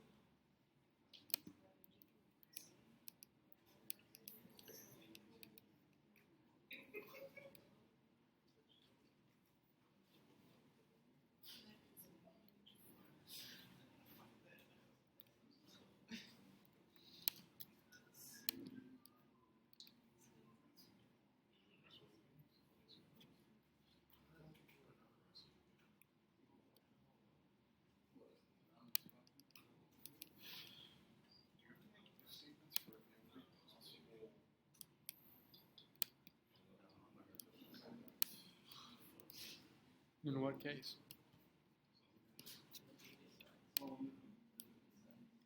Because you don't want to know everything, and you might not get all of that information back. Say if you're, well, I guess it depends on the front end. I guess you're going to be presenting.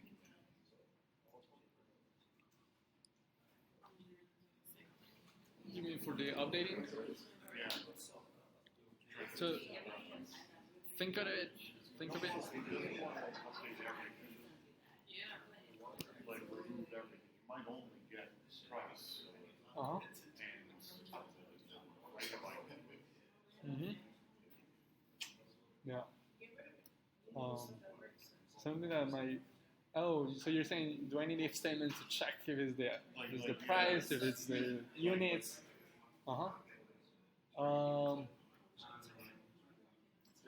Yeah, there is. Yeah, that's correct. What you could do is like iterate over the item details properties, Right. and then set those properties that are in the item details. Let's say we want to update the price and the origin. So item details will only have price and origin. Yeah. You can just loop over those two properties, and And then once you find group of us Uh-huh. side by details. And then Assign them to assign them to the same properties of the actual object you have in the array. right. In that case, you wouldn't need the if statements. We're gonna see it in a few, but yeah, give it a shot if you.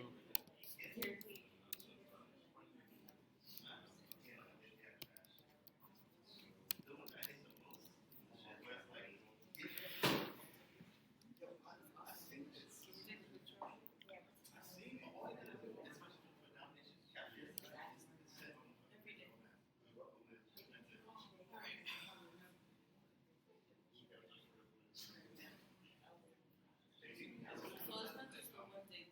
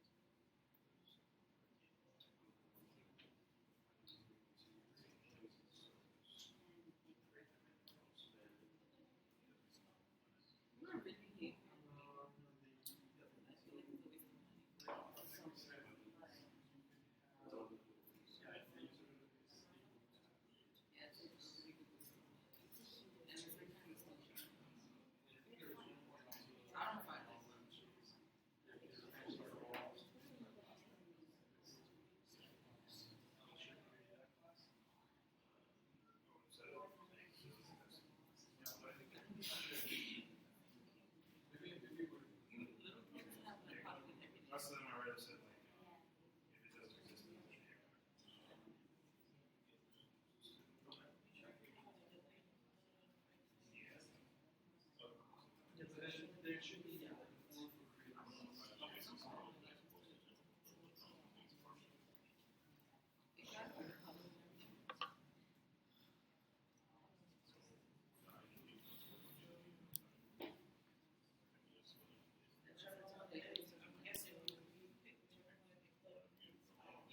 Okay, so what are some of the approaches that you were going with for updating the item? Share out how do we go about updating an item in our backend? What kind of requests do we want to make? Patch request, that's correct. What information should we send in that patch request? Or to what endpoint should that patch request be made? So let's see, what do I have in my, oh, my server is not running.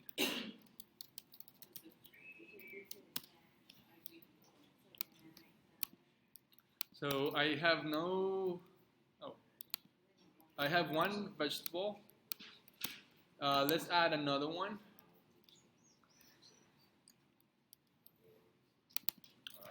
Carrot. So I have two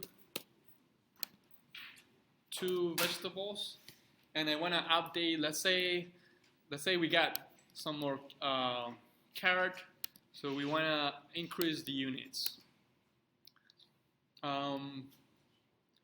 So in here, as you were saying, we need a patch request. And to what endpoint do we want to make that patch request? To what endpoint do we want to make a patch request? To the variable name. What do you mean? I mean, like, the ID about it. The ID, right? So we want to make this patch request to update one specific item, right? With what item we want to update? We want to update item with ID 2. So then if we do this is a GET request to get item with ID 2, right? So our endpoint for the patch request should be this same one.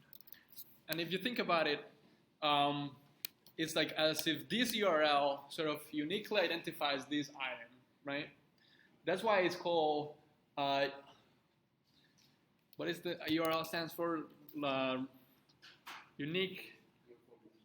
Uniform resource locator, right? Uniform resource locator. That is because this URL literally locates the item vegetable with ID 2. Uniform resource locator. So we could imagine that this resource, this object describing this vegetable carrot, lives at this endpoint, right? So we want to make a patch request to this same endpoint to update this item. So right now we don't have a patch request route handling this. Let's do that next. But before we do that, how do we go about implementing the update item function? So I have items in an array, and I want to update one. As we said, we want to update the units to, let's say we have 10, now we just received a shipment of 10 more. And somebody in a computer behind the supermarket is going to fill out a form to say 10 more arrived. 10 more carrots arrived. Then that form is going to be sent to this endpoint, and we are in charge of implementing the backend.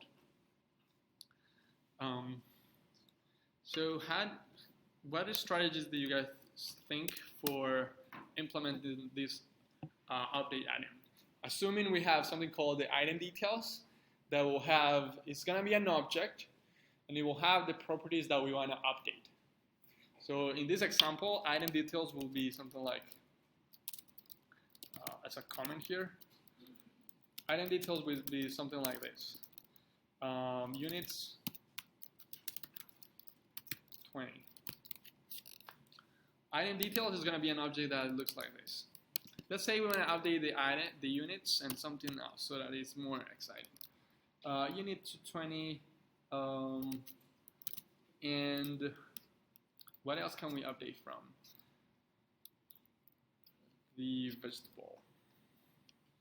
The price. Let's say now the price is going to be $5 because they're expensive.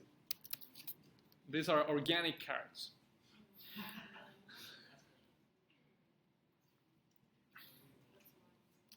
So imagine that then item details is going to be an object like this.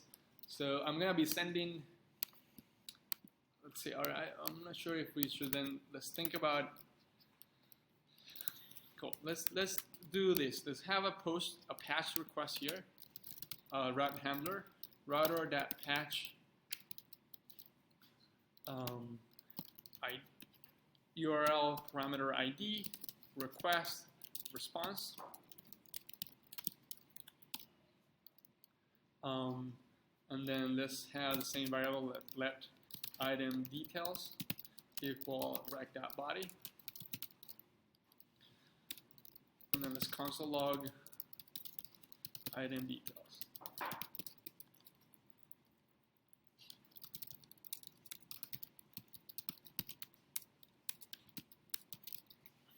Item details. Let's reply with res.send patch request. All right, it's like this. To try it out first.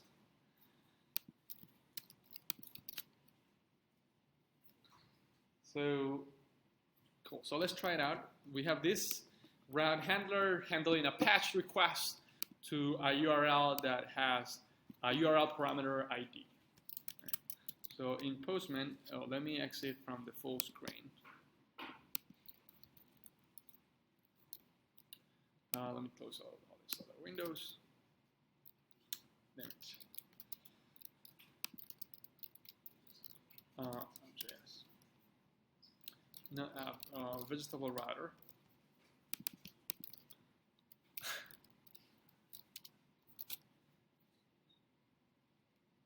So yeah, we have the, no, this one, the patch to /ID.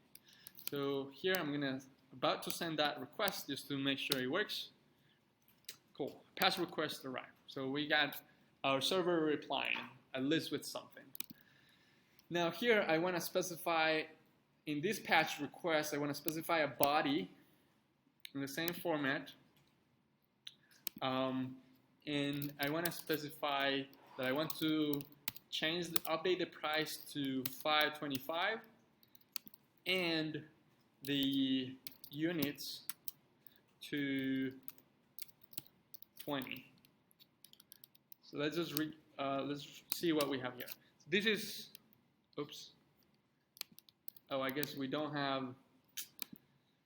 You know, this is the problem that database comes to solve, which is because I saved something here, then my vegetables were gone, and I had to repeat this to have two vegetables. So I have this one with ID 2. It's a carrot. We have 10 units, and we want to change the price from $1 to $5. So then I'm going to send a patch request with that URL, and in the body I'm only going to specify the properties that I want to update. I want to update the price and the units. So I'm going to send that. Send that. We get the same response, nothing. But if we look at the console log, I left this console log here to see the item details, which is just the request body. So if I look at that, we see that the item details, well, the first time around was that. The second time around is this. We have the object with two properties, price and units. Right? So these are the properties that I want to update on my carrot. So for doing that, then what I want to do is I want to call my inventory dot update item, and I'm gonna pass in the item details and what type of item I'm updating. I'm updating a vegetable.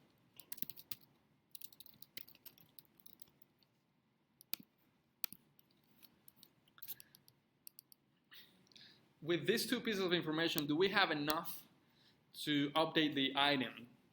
We have the vegetable and the item details with a price and a unit. Do we have enough to update the item?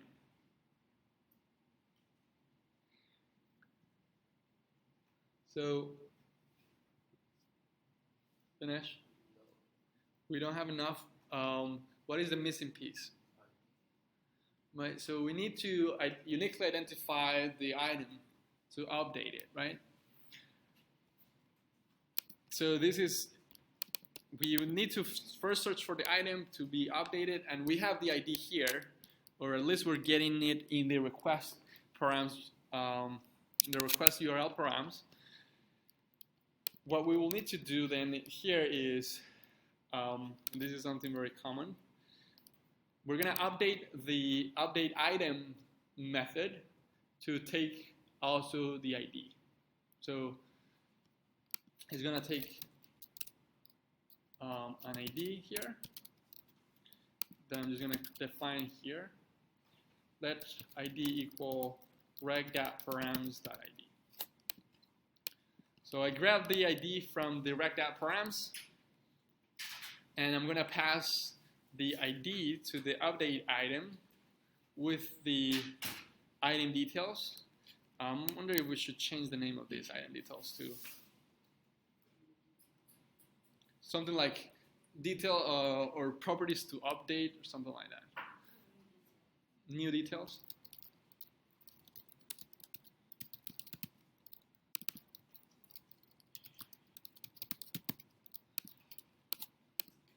New details, that's a good one. So new details. Now I have to go and update my inventory, or the function to add the, to update item now is also gonna receive an ID. Item ID or just ID, I think we call it item ID somewhere else.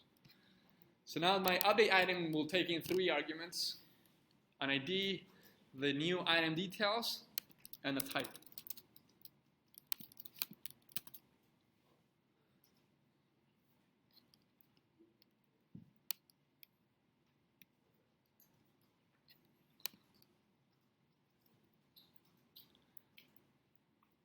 My update item will have that. Also, I think this update item should return the updated item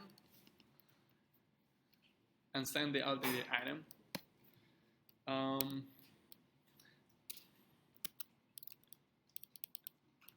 Cool. So just so that I don't want to take a lot of your lunch break.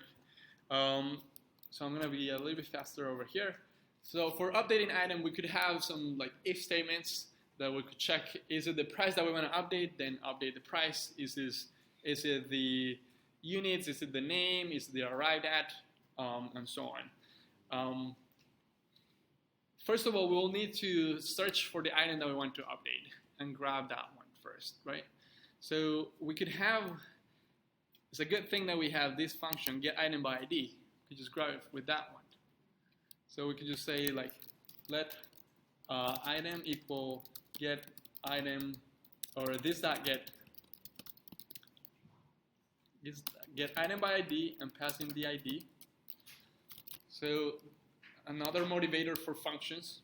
I'm reusing a function that we implemented earlier to get an element by an ID. Oh, actually, I think I need the type too. Yeah, I need the type. So pass in that and the type. So I have the item here. And then I just need to update it with the new details. The new details, remember that is an object that looks like this. So what we could do then here is just loop over this object properties and update the new ones. So what we could do here is for let property or key in new details. For let property in new details, item at that property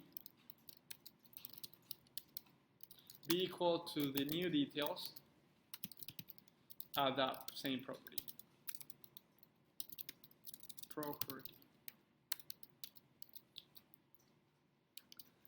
Return item.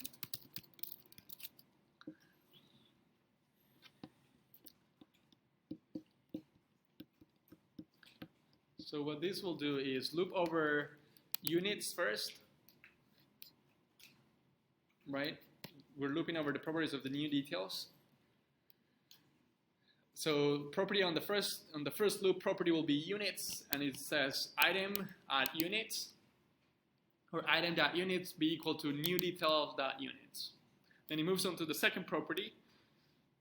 Now property will be price, and then it's going to say item.price be equal to the new details.price, and that ends up updating our item, and then return the new item.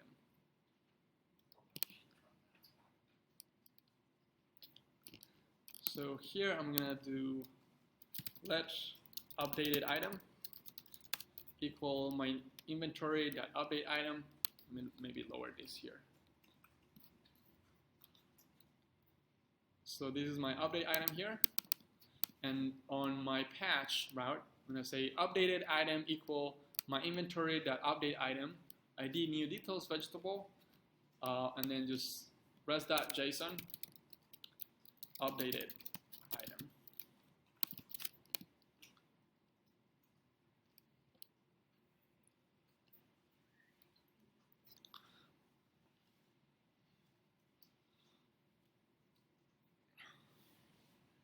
And let's try it out. So I'm gonna try here. First, I need to add 2 vegetables. I added 2 vegetables, let's see them here. They happen to both be carrot. I'm gonna update the carrot with ID 2. So I have a patch request here.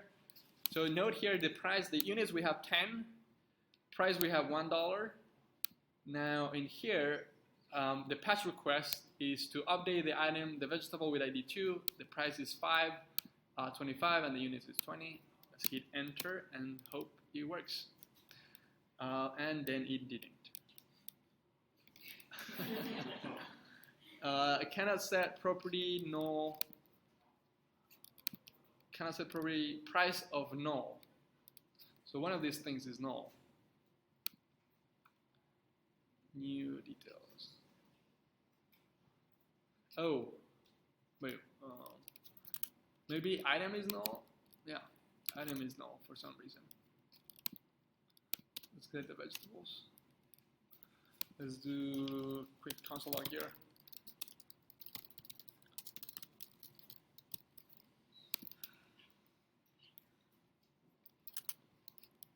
Let's try that. Oh. You have to add both again. Get them here. Try to update. See the console log. We have null. So the item is null. So that means that this is not finding it. This is not finding the item. Item ID and type.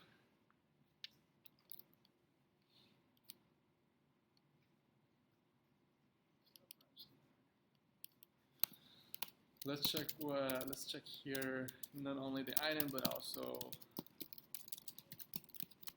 ID and type. Come on. Create 2 vegetables again. Get them. And then update. Look at here. 2 and vegetable. Huh. Say that again? Is that a function or a constructor? It's not. This is the function that we have in here. get item by ID. This is returning null. Yes.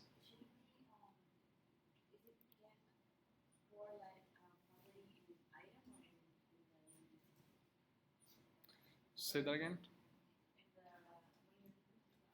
Uh-huh. Property in details.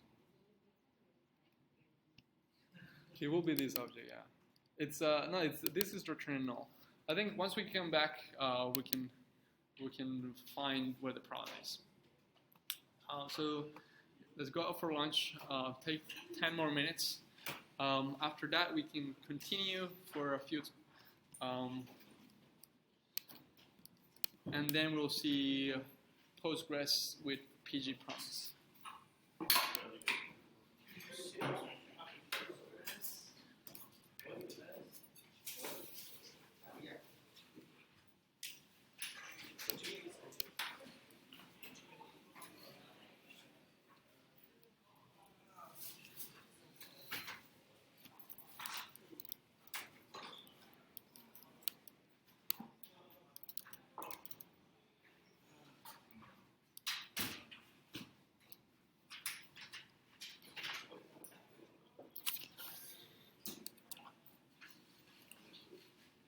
What's up, George? Uh-huh. Oh, cool, yeah. That's fine, yeah. You put all the essence remits here. Uh-huh. I think. Okay. Yeah, this is fine. I guess I don't know why you put like chat before it.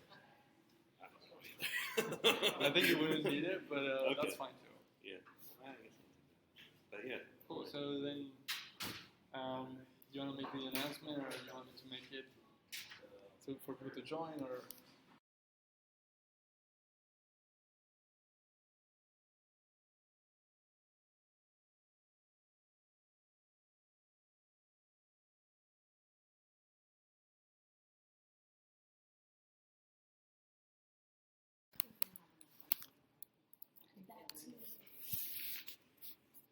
Also.